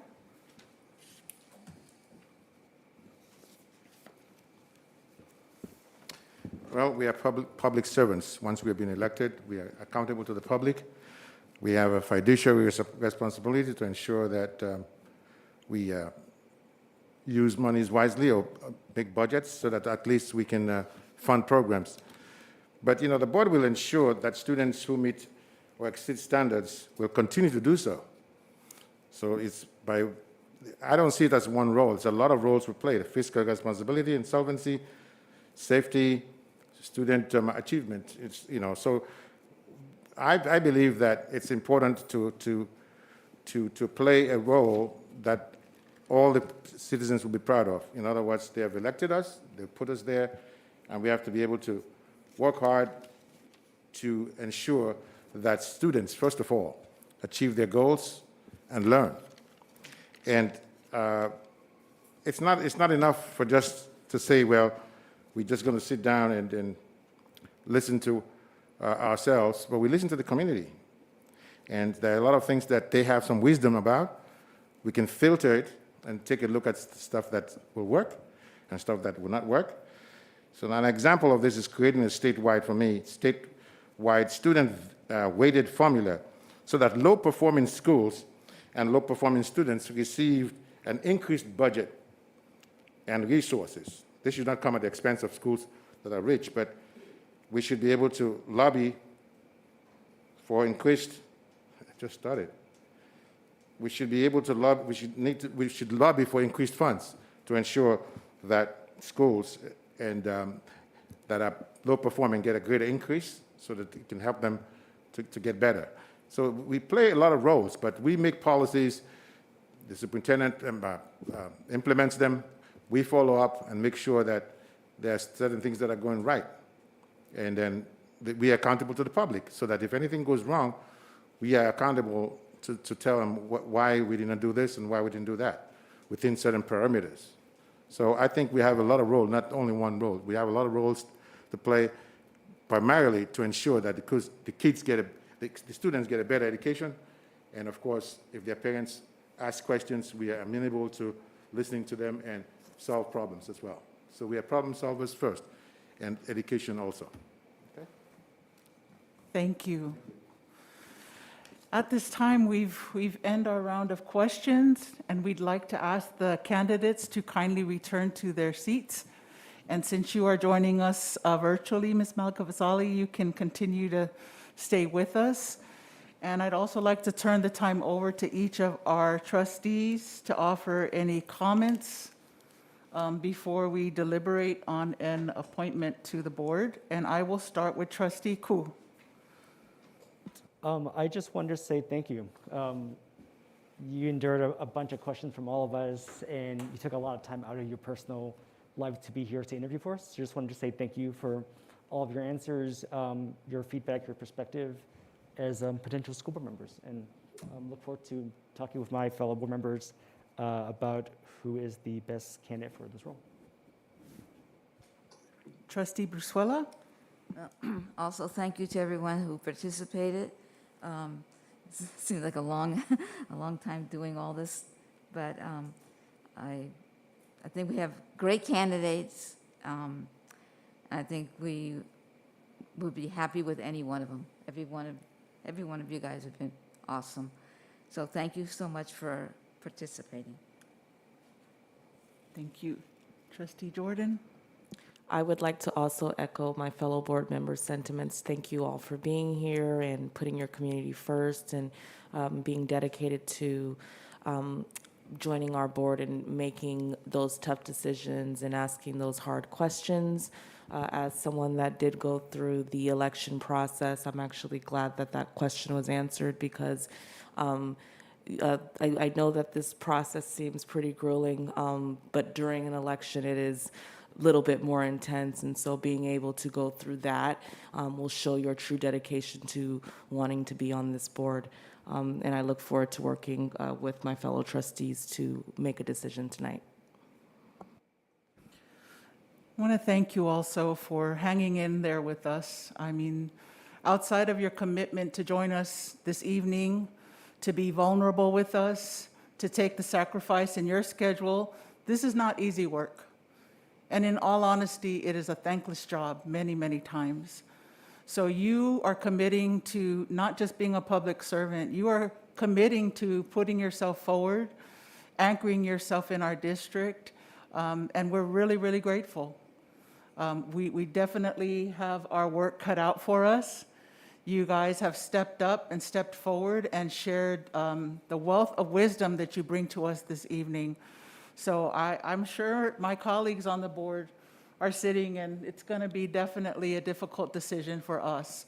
We're very grateful for your commitment to our community. And we will now move on to the board member provisional appointment. And I wanted to ask the superintendent if we had any speaker cards. We do not have any public speaker cards And I wanted to ask. for this item. Well, we have- I wanted to ask if you could guide us through the process, Superintendent. Sure. of Next steps. So the board should spend some time deliberating, expressing what you feel is important in the selection of a candidate. We do have, at least for the first round, we have an individual ballot sheet for each of you to mark your top choice. And you'll send them over to me and Ms. Varai, and then we will read out the first round votes, and then we go from there. If a candidate has 3 votes, then that candidate has support of 3 board members, and then a motion can be made and seconded at that point. I'm not crazy with that. Trustee Brusuela, did you have a I question? don't understand why this is happening this way. I mean, we're going to do all this little paperwork here? Maybe, I don't know if he can hear you, if you could speak in. No, I'm sorry, I'm just not pleased with what we're being told to do. Do you need him to say it a little louder? No. I'm not happy with what you're asking us to do right now. Okay, that is my suggestion. I think if That's your there's other suggestion? suggestions, Okay. then I think you can decide. We've stayed here for a long time listening to everybody. I think it's our position to sit there and let's make a decision. I mean, I don't want to do a 1, 2, 3 thing and a 3, 2, 1 thing back and forth. That's not the way people do business. In 41 years that I've sat on this board, I have never seen this process going like this, ever. I think that we are intelligent, 5 people here, sitting here. Excuse me, 1, 2, 3, 4, 5. Yes, 4. I'm sorry, I counted myself twice. We spent a lot of time on this. Now's the time for us to make a decision, and that means we make some kind of a vote and move on. Is that all right? I didn't know we were going to go through this other process that you're suggesting right now. Thank you, Superintendent, for your recommendation. As Superintendent Vidalis has mentioned, he made the recommendation. So if you have a process, another alternative that you'd like to suggest that we follow, maybe we can publicly have that shared. Okay, well, all I'm saying is, we've already listened to everybody and stuff. I think now's the time that we take the action to say, what's our objective here tonight is to select one of the candidates. Is it not? So why do we have to give 3 names? I don't think I said 3 names. I said vote on your top choice. I know. Do we not just make a motion of somebody, and then if the board agrees, they vote on it? If they don't agree, then they can suggest their person. This is a decision for the board to do. I mean, I don't know. In 41 years, I've never seen that process presented to a board to do that. Never. I want to make this easy. I don't want to make this like people are sitting here waiting, okay, 3 to 1, 2 to 1, 2 to 1, 3 to 1, 2 to 1. This is not the way we do business. I'm sorry. I don't mean to be losing patience, but I'm losing patience. Well, thank you, Trustee Buswella. We have a recommendation from the superintendent. We also have a recommendation from Trustee Buswella that a motion be made for a candidate that a trustee might want to put forward, and then the motion would have to be carried by a second. I see that Trustee Koo has comments or recommendation. Yeah, so I was going to say a couple of us was interviewed for an employment a couple years back, and if I recall, there was 2 rounds of interviews, or 2 rounds of voting. The first round was selecting our top 2 or 3 choices, and then off of those who had a majority, the board would then vote to determine a majority of deciding that. Is that correct? This is the one where Ms. Liang Anoa'i was appointed? Yes.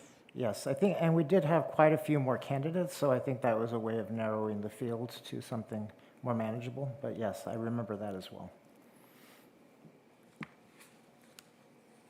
So should we just have a discussion about it first then? A discussion about candidates first? Is that what you're saying?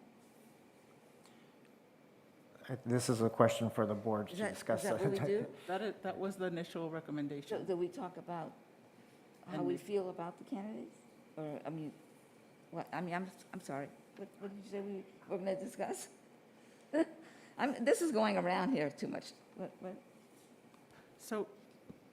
So there's 2 possible ways to get to this point. There's Mrs. Brizuela's suggestion of making a motion, getting a second, and voting, up or down, yes or no. There's the other suggestion that I think was utilized before, where the board votes for their top candidate, after discussion, of course, and then sees what's left. But, either one will get you to where you need to be. So it's up to you, as a board, to discuss and consider how you want to move forward. Yeah, so I will say that I'd like to put forth that we begin a discussion, if there's a discussion to be made, to be quite frank. Because if you have questions of clarification or that we need to have a discussion about any of the candidates put forth, then that is something we need to deliberate on. But I do appreciate the process that has been put forth for us to be able to submit names. And it'll help us move through more efficiently. And then we would take the count. It would be the majority, as he mentioned. It's not like it would be 1 round. If we have 3, then that would, of course, require a motion to approve the 3. That's the example that has been given by the superintendent. But you're asking to have a motion be made, is that correct? And to see if the motion will be second. Yeah, is it all right to state why?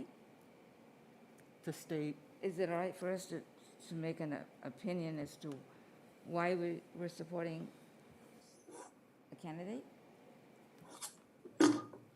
That's a good question. That's a good question. Yeah, I think the board can hear from each other and perspectives and. Okay, that's all, I Yeah, want I a think- discussion. Yeah, you're deliberating on So we know the how quality each- of candidates, how yes, we each correct. feel about, you know? Okay.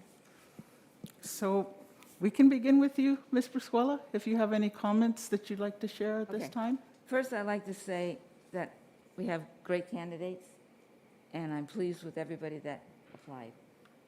So it's not that I have any favorites, if anything, but I'm looking at, everybody has great, the resumes and all this stuff.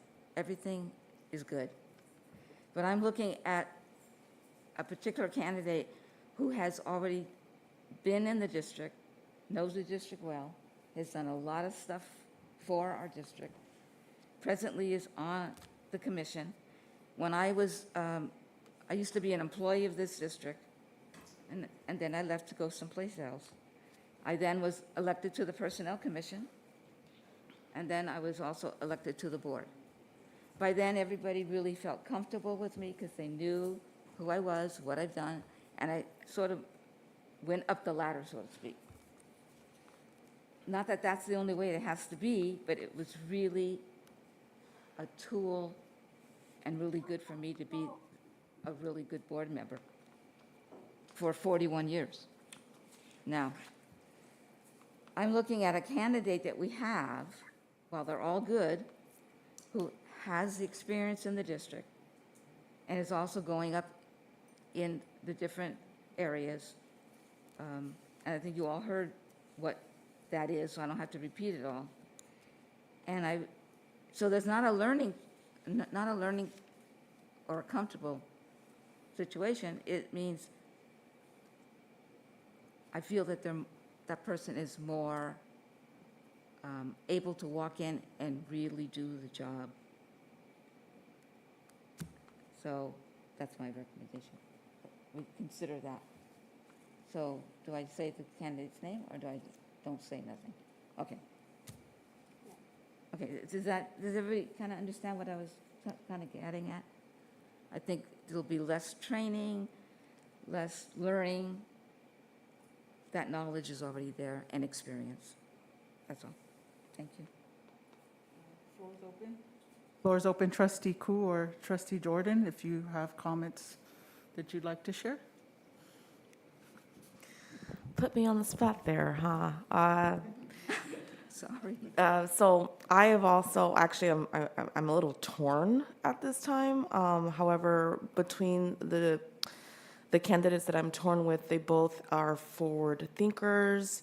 They have talked about collaboration between, not only the community, but the board as well. Listening skills, years of experience.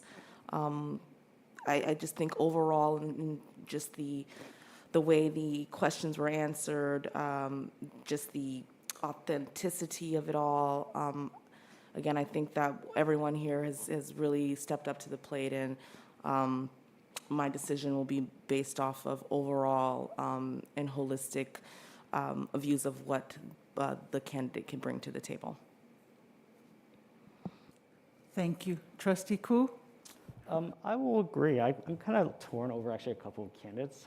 I think, to me, there's this mix of, I want a good school board member who is ready to go on day one, but I do realize that, myself included, I didn't necessarily serve on a commission in the school district. I necessarily wasn't a parent, but I wouldn't say that is necessarily a negative, because I think in many ways it provides a very different perspective that at times might be lacking on a board.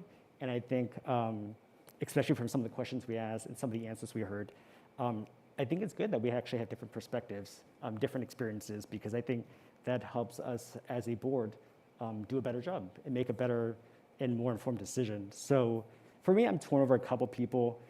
I was going to propose an idea to help us winnow this down, because it sounds like a couple of us might have that uncertainty in how best to sort of move it down from 4 to 1.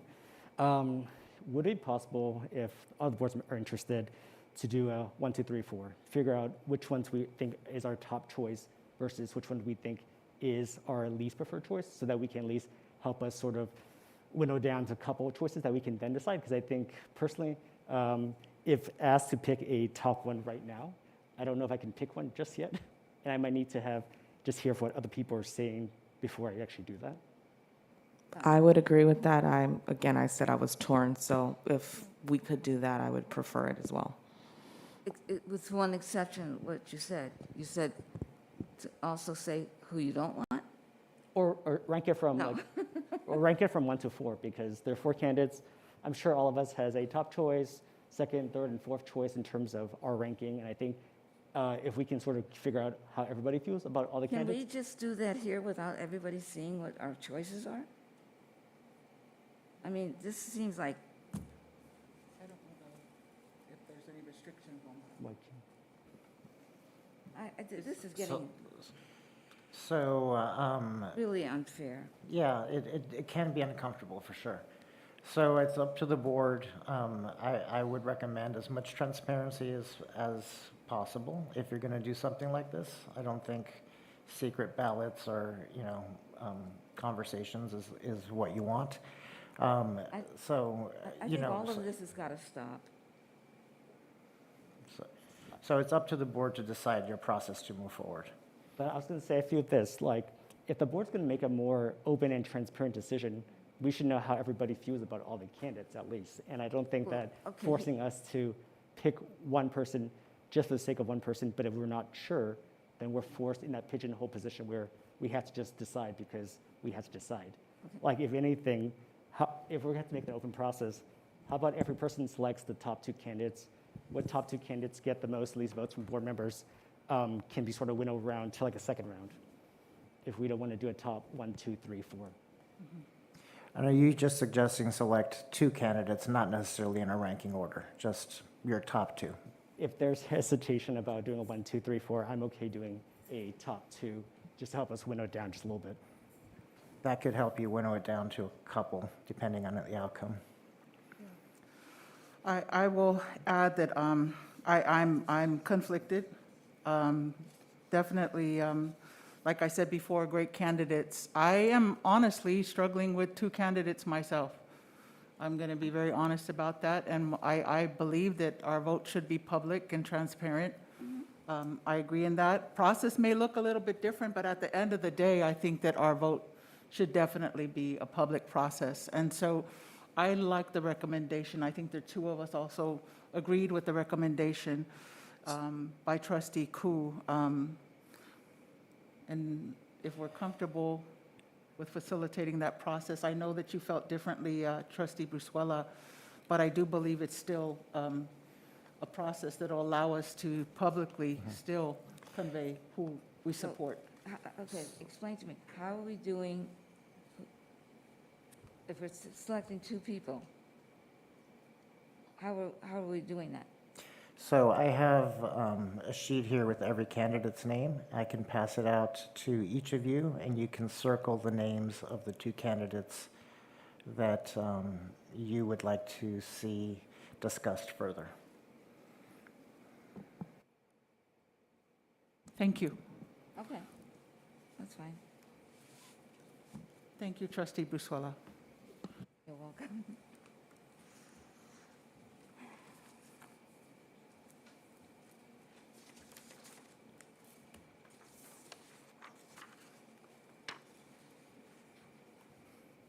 And are we checking the 2 that we're speaking to? You can circle or you can check, but indicate your 2 candidates that you would like to see move forward, and then Mrs. Varai will come around and pick up your sheets, and we'll read the names out.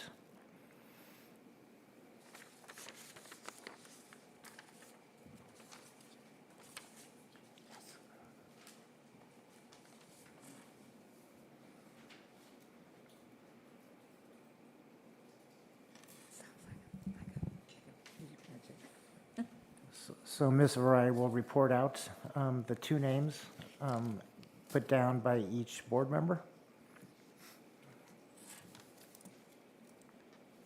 Clayton Koo selected Jessie Lee and Shireen Malik Zali. Marie Brizuela selected Wallace Moore and Aurea Ocampo Cruz. Andrea Jordan selected Jessie Lee and Shireen Malek Kafzali. And Manufo Leah Inga Anuai selected Jessie Lee and Shireen Malek Kafzali. I'll report out the results. Mr. Lee, 3. Ms. Malikafzali, 3. Mr. Moore, 1. Ms. Ocampo Cruz, 1.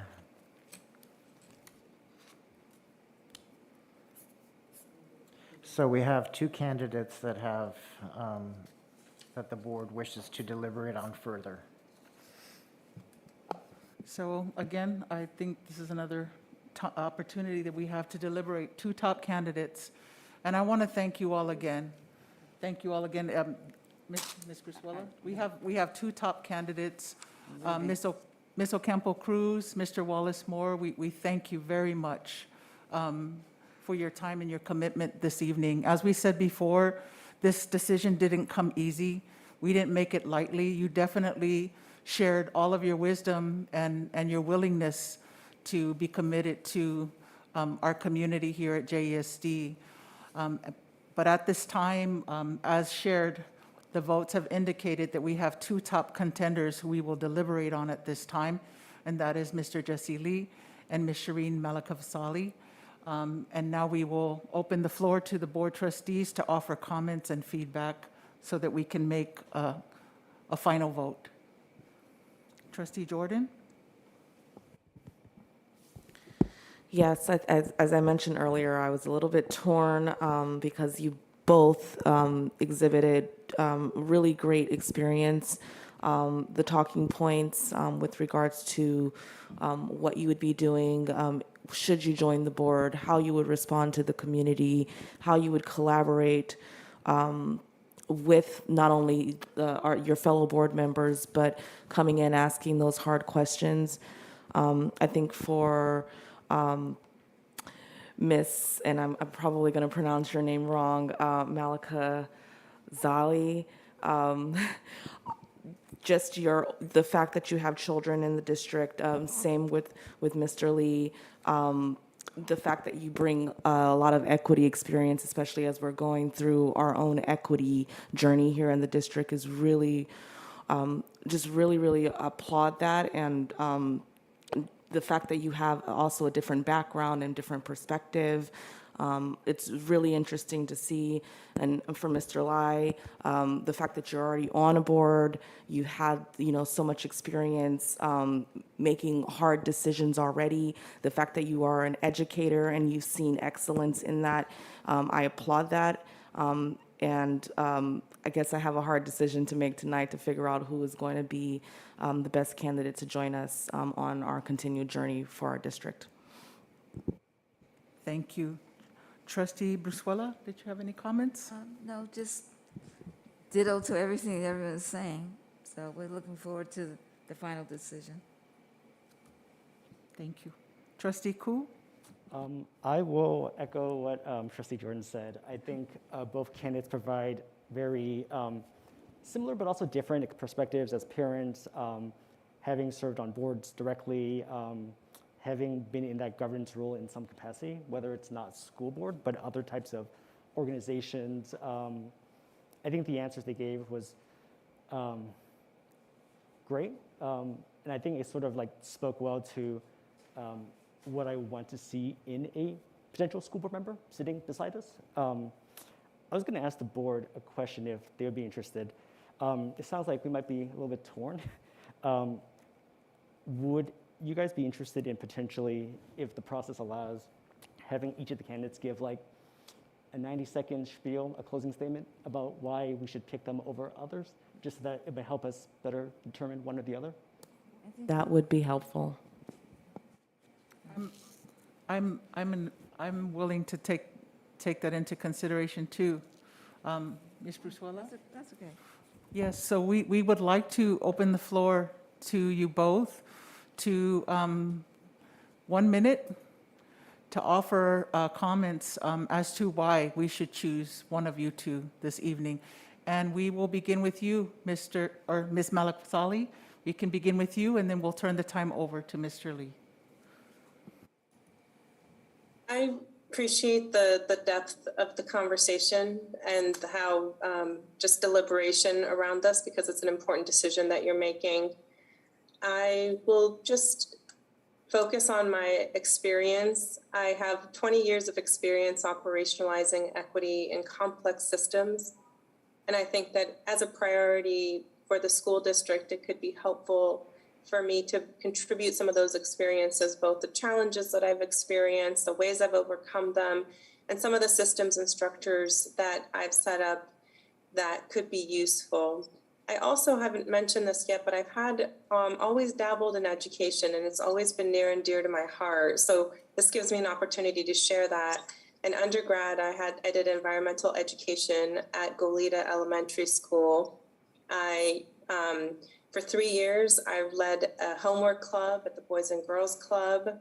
I also, in my previous role, worked to support restorative justice practices in the San Mateo Foster City School District, as well as in partnership with the County Office of Education to build out their program, really focusing in on disproportionality and how do we look at the data and understand what are the key components and ways that we can really tackle that head on and be honest with ourselves as a system and find the solutions that we can take a step forward. So it's to say that I do have children of my own in the school district, but I deeply feel strongly that all children deserve the same opportunities, and for us to really build the right conditions for students and children to be able to thrive and reach their full potential. And that requires us to think very deeply about who is not thriving, who is not reaching their full potential, and how can we center those most impacted to be able to thrive. And so that is really where my passion comes from. And I hope that you could hear that in my experience and you could see a value in that. Thank you. Mr. Lee? So, Mr. Lee, that was closer to 2 minutes, so we'll give you 2 minutes. Thank you. Again, I know it's a difficult decision. I want to acknowledge the other candidates. You have my resume, you have my cover letter. Essentially, I'm here to add value. I'm here to do everything I can from tonight and make a commitment to every one of you to get us from good to great. That's what this is about. It's about offering different perspectives. It's about relying on what I know has worked, and at the same time, recognizing that this is a different organization. This is a different group of board members and staff, and we need to work together to really work in a way that's going to allow us to have team cohesion. I talk about team a lot. I talk about partnership a lot. This is about us partnering together on a journey ahead. Again, there'll be some really tough decisions. There's no doubt. And we got to be honest with ourselves. We got to be honest with our priorities. And we got to, just really set clear expectations about what we do. And again, make sure that we continue to gain the public trust. I cannot express that enough and emphasize that enough. This is a great responsibility, and every one of you have done a very commendable job. I'm just simply another piece of the puzzle. I'm just another person that's trying to, again, roll up my sleeves and put in sincere, honest effort to really get us to a better place. We can definitely be the county model, and that's where I see us, being the pride of San Mateo County and really making us comfortable with where we are and making us proud of our efforts to get collectively. So I think it's really a team effort moving ahead. Every one of us has, again, our perspectives, but again, it's how do we engage in those conversations where we can rally around our perspectives collectively. Thank you. Thank you. I want to thank you both again for entertaining our ask, because it definitely is a difficult decision. I want to ask the board trustees if there are any more questions and/or comments. Otherwise, we will ask for another Would you like another round so you can just Another select round one? Okay. of voting. But does anyone have any questions or comments? Okay, thank you, Ms. Covere.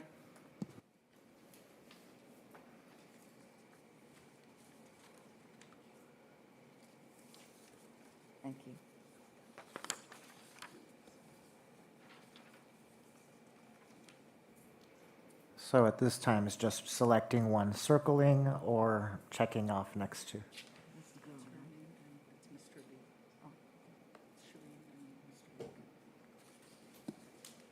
So what do we do on this now? Do we- You just circle or check mark the one that you'd like to choose.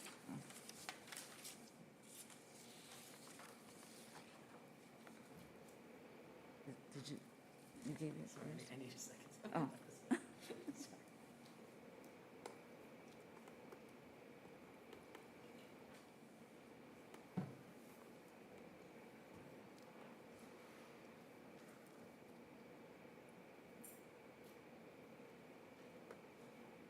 Save. Let me save it. Do we voice it? Okay.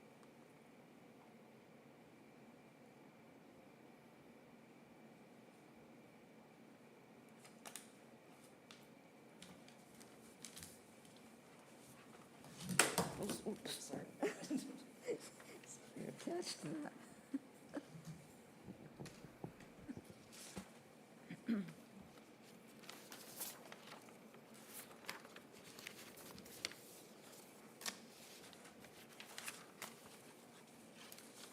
Clayton Koo selected Jesse Lee.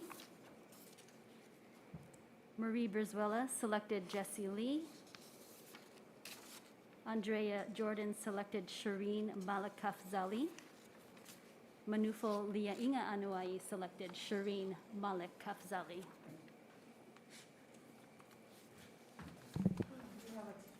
Have a tie. Too bad we don't have 6 seats. I'm going to lean on you. We don't have 6 seats on the board. We have 5 seats on the board. Oh, I see. Well, that's what happens when we have even number, I guess. I think you maybe should spend a little bit more time deliberating, and then, I think we go with Mrs. Brizuela's original suggestion at this point. Somebody makes a motion and somebody seconds, and then you vote yes or no. I was going to ask, could I just maybe hear, other board members' sort of answers about why they picked one over the other, since it sounds like we're pretty split. It sounds like both candidates might be great, so I'm just wondering, if everybody else had thoughts or why they picked one over the other. I was very impressed and pleased with many of the comments that were made with the person I chose. And I think that he gave us a perspective from this end and this end, which I liked. And I think that he has a really vested interest in making sure that everything we do is going to make our district the best it can be. So that's, without going into great detail, I just have a lot of faith in that individual. Thank you, Ms. Brizuela. Mr. Koo, did you have comments on? What was that? On your choice? Yeah, so I picked Jesse Lee. I think, as you guys saw, I was pretty much deciding until the very last second. I honestly think both of them are good candidates for appointment. To me, I think Jesse Lee barely, a 51-49 edge over Ms. Malakafzali.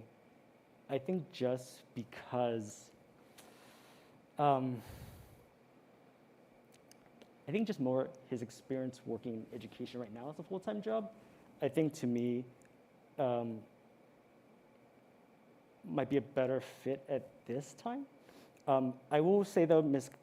Malakafzali's experience working as the Chief Equity Officer for San Mateo County definitely is a value no matter what it is. So I would not say that's a bad thing either.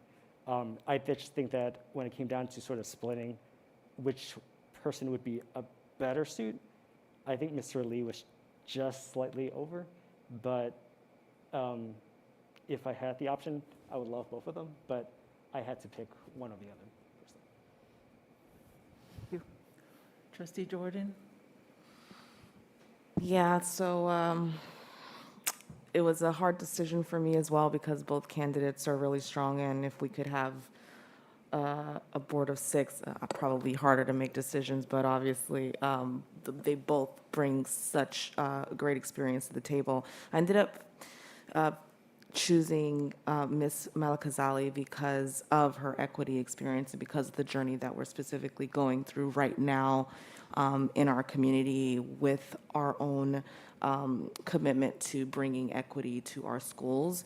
And her experience doing that and the diversity of her voice, not being an educator, made me make the decision to choose her specifically. Thank you. Yeah. I said before I was conflicted, and actually that's a good thing. It's really a good thing to have such qualified and brilliant candidates.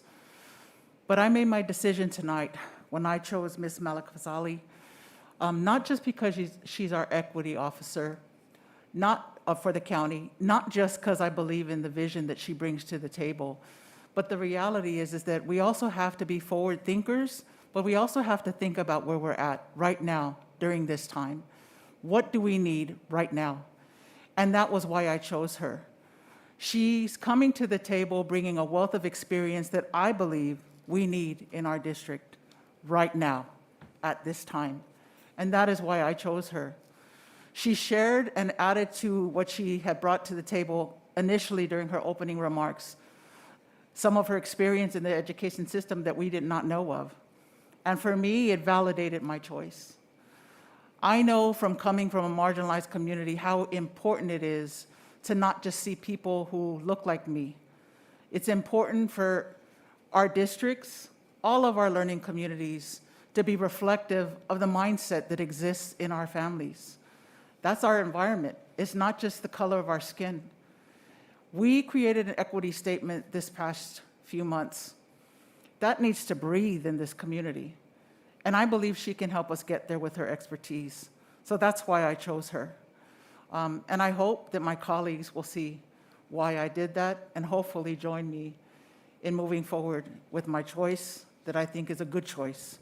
And with all due respect, I am very grateful to the wealth of brilliance, commitment, and love for our students that has been demonstrated by all of our candidates tonight. I hope whether or not you will be chosen tonight, that you will continue to serve with us, because this is a collective work. Thank you. So the floor is open. If someone would like to make a motion.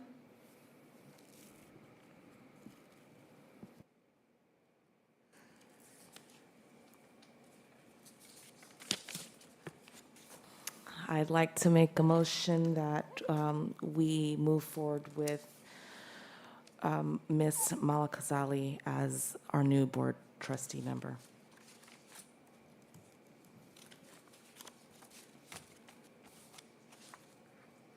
I second. Roll call vote, please. Mr. Koo, Aye. Mrs. Brizuela,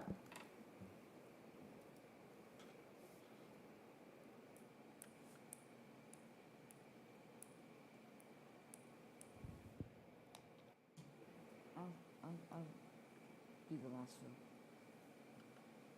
Can we come back to Ms. Brucewella? She's still processing. Thank you. Miss Jordan, Aye. Miss Linga Inga Anawai, Yes. Mrs. Brizuela. Aye.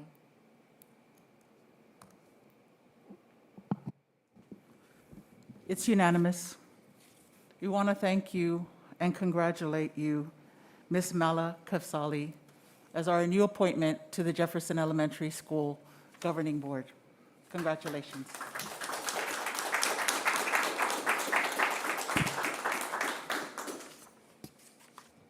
I forgot how this works, Superintendent. Well, you should have forgotten because you didn't do it. We already were told that. If you remember, Ms. Lienga Anoa'i needed to leave on a flight before she was appointed, so she never did this part in public. So now is the opportunity for me or anyone else of Ms. Malakazali's choice, another board member. I think that's you know, somebody that has been, I have the full list at home, but the superintendent or another board member could give you the oath of office. We will probably want to do this in person ceremoniously, but right now we're doing the official oath of office. So would you have a preference?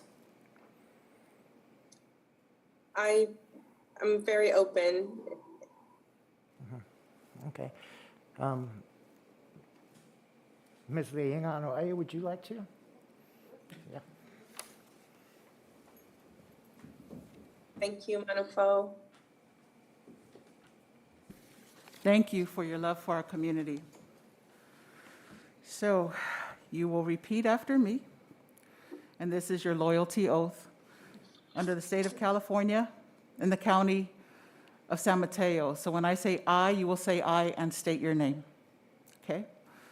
So I Shireen Malik Afzali, do solemnly swear or affirm do solemnly swear and affirm that I will support and defend that I will support and defend the Constitution of the United States the Constitution of the United States and the Constitution of the State of California and the Constitution of the State of California against all enemies, against all enemies, foreign and domestic, foreign and domestic, that I will bear true faith and allegiance and I will bear true faith and allegiance to the Constitution of the United States to the Constitution of the United States and the Constitution of California, and the Constitution of California, that I take this obligation freely and I take this obligation freely without any mental reservation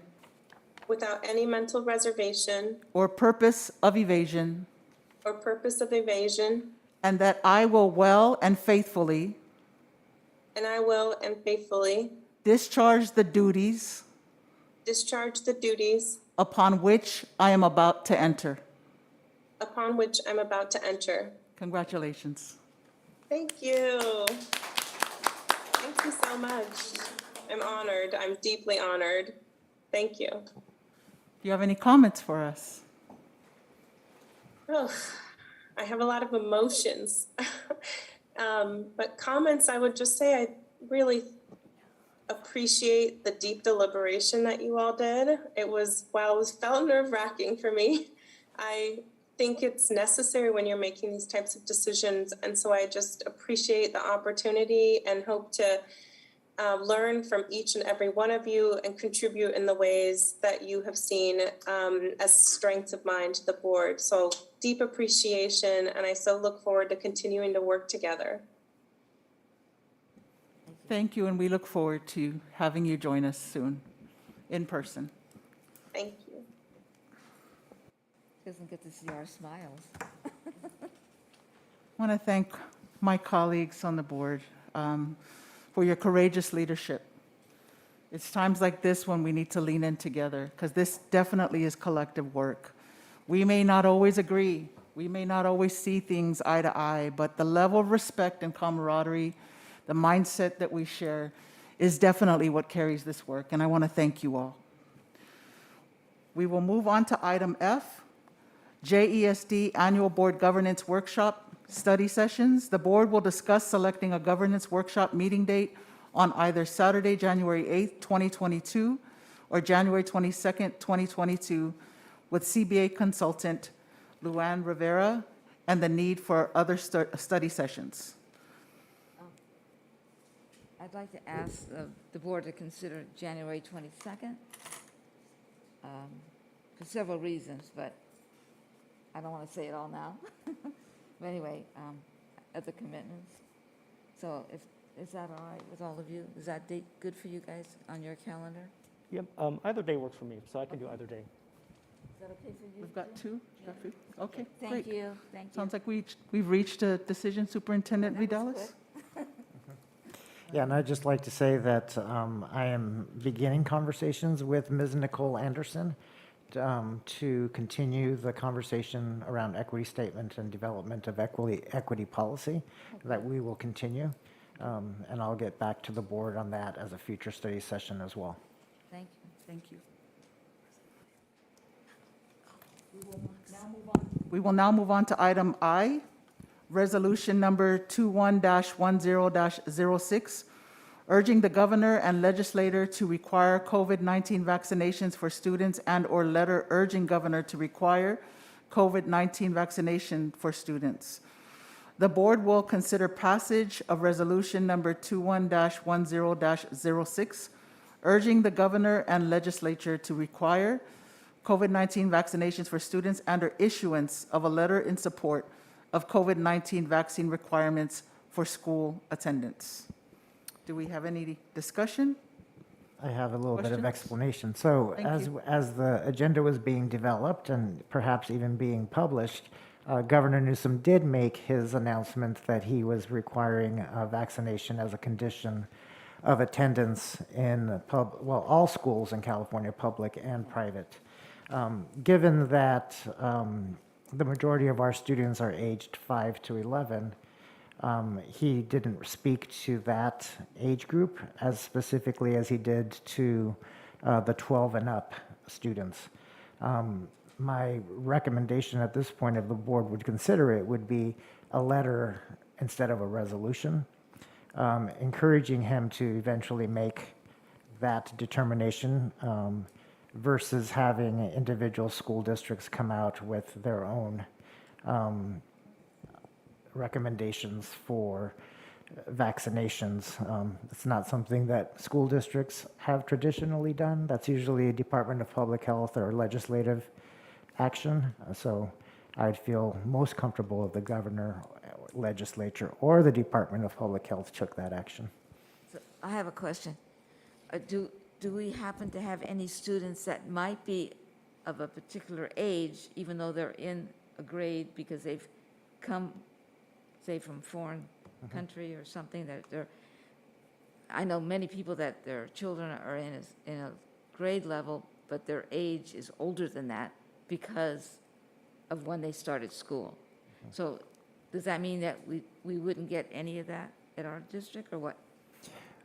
Just in case. Yeah, I believe that Governor Newsom did two things. One, he affirmed the vaccination for ages 12 and above, and then later said that he's looking at 2 grade level spans, a transitional kindergarten through 5th grade and a 6th grade through 12th grade.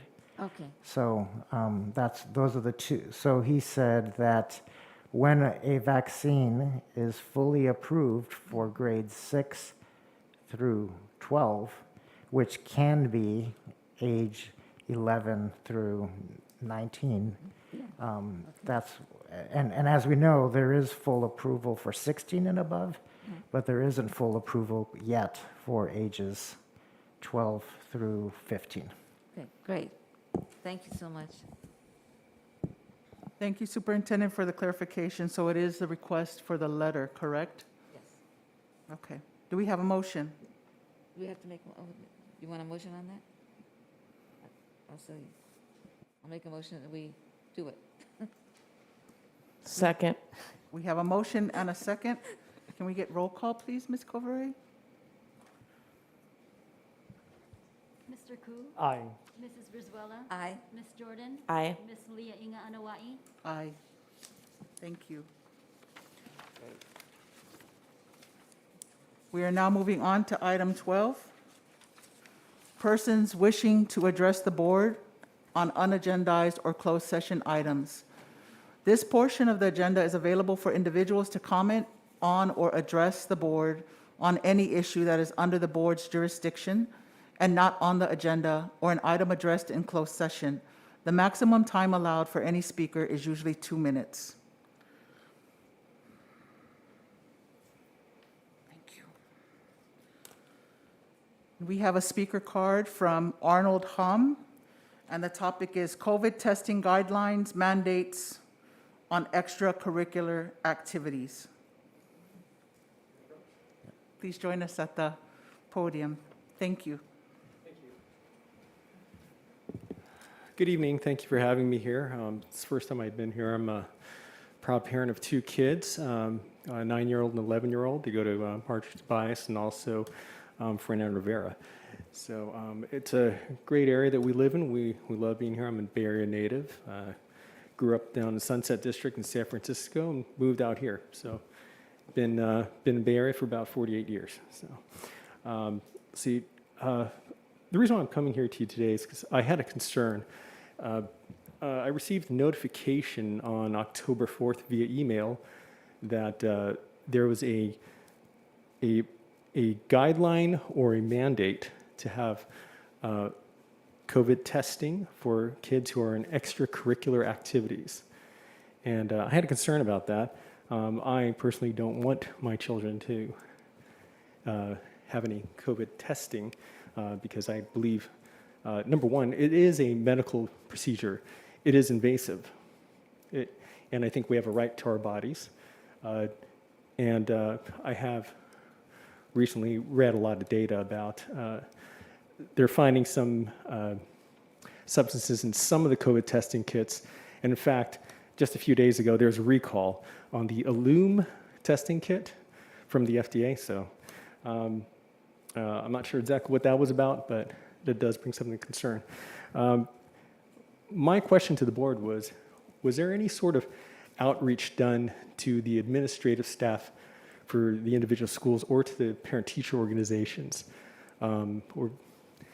That's my concern, because it seems that this was a decision that was just sort of made, which, I mean, I fully understand, respect, but I think that some feedback from each of the individual schools would have been great, because each of the individual schools are a little bit different, both in terms of logistics, the faculty, et cetera. One thing I did want to point out is in the email it stated that this was a guideline, and guidelines aren't mandates, but it was saying that this guideline is to be mandated, so I just want some clarification on that.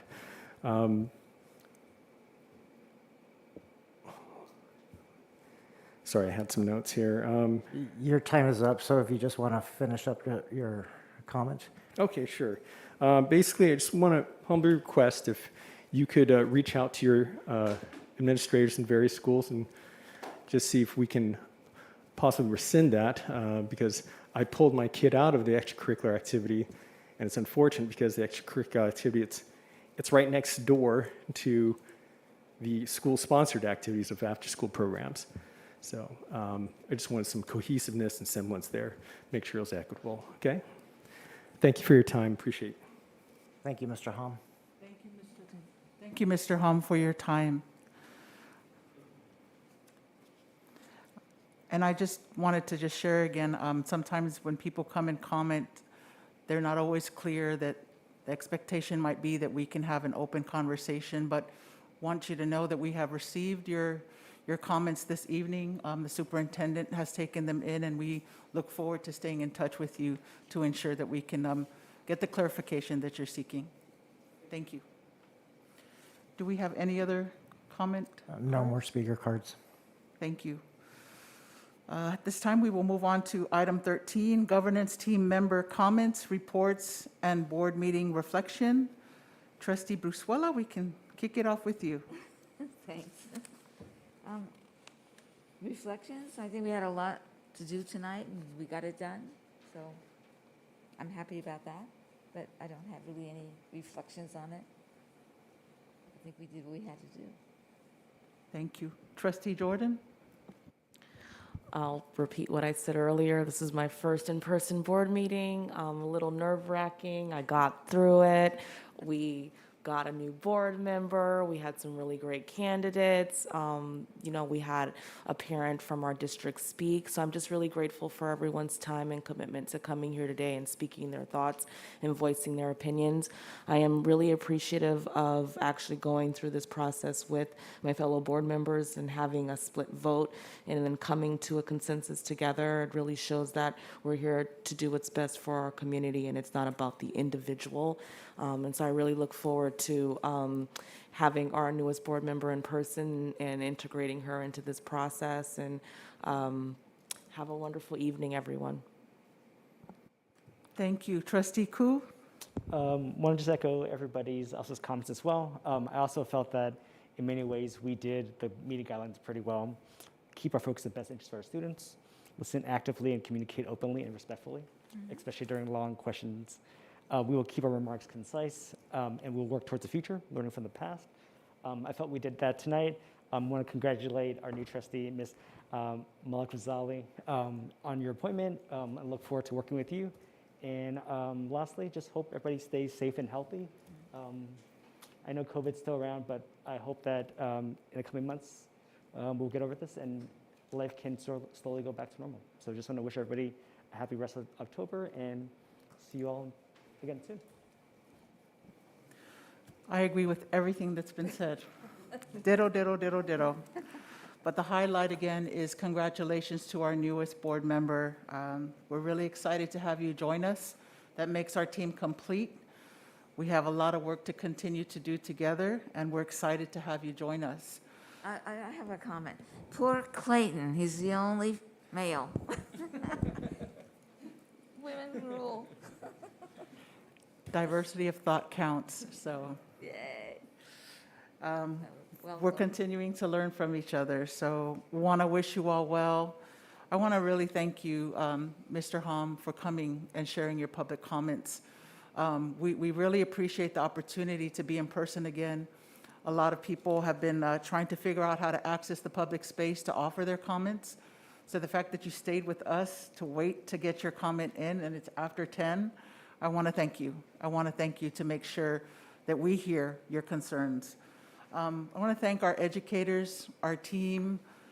This work is not ours alone. We sit here making decisions for our district, but you guys are in there each and every day, along with our families and our students, and I just want to say thank you from the bottom of my heart to our administrators, to all of our teams, and our families who are still trying to navigate this system and still trying to hold it together. Very, very grateful. Very, very grateful for the opportunity to serve. So we wish you all well. We're getting ready to convene to close session. We'll ask our newest board member to sit tight with us as we close out, and we will share more details with you. But thank you again, and we look forward to seeing you all soon.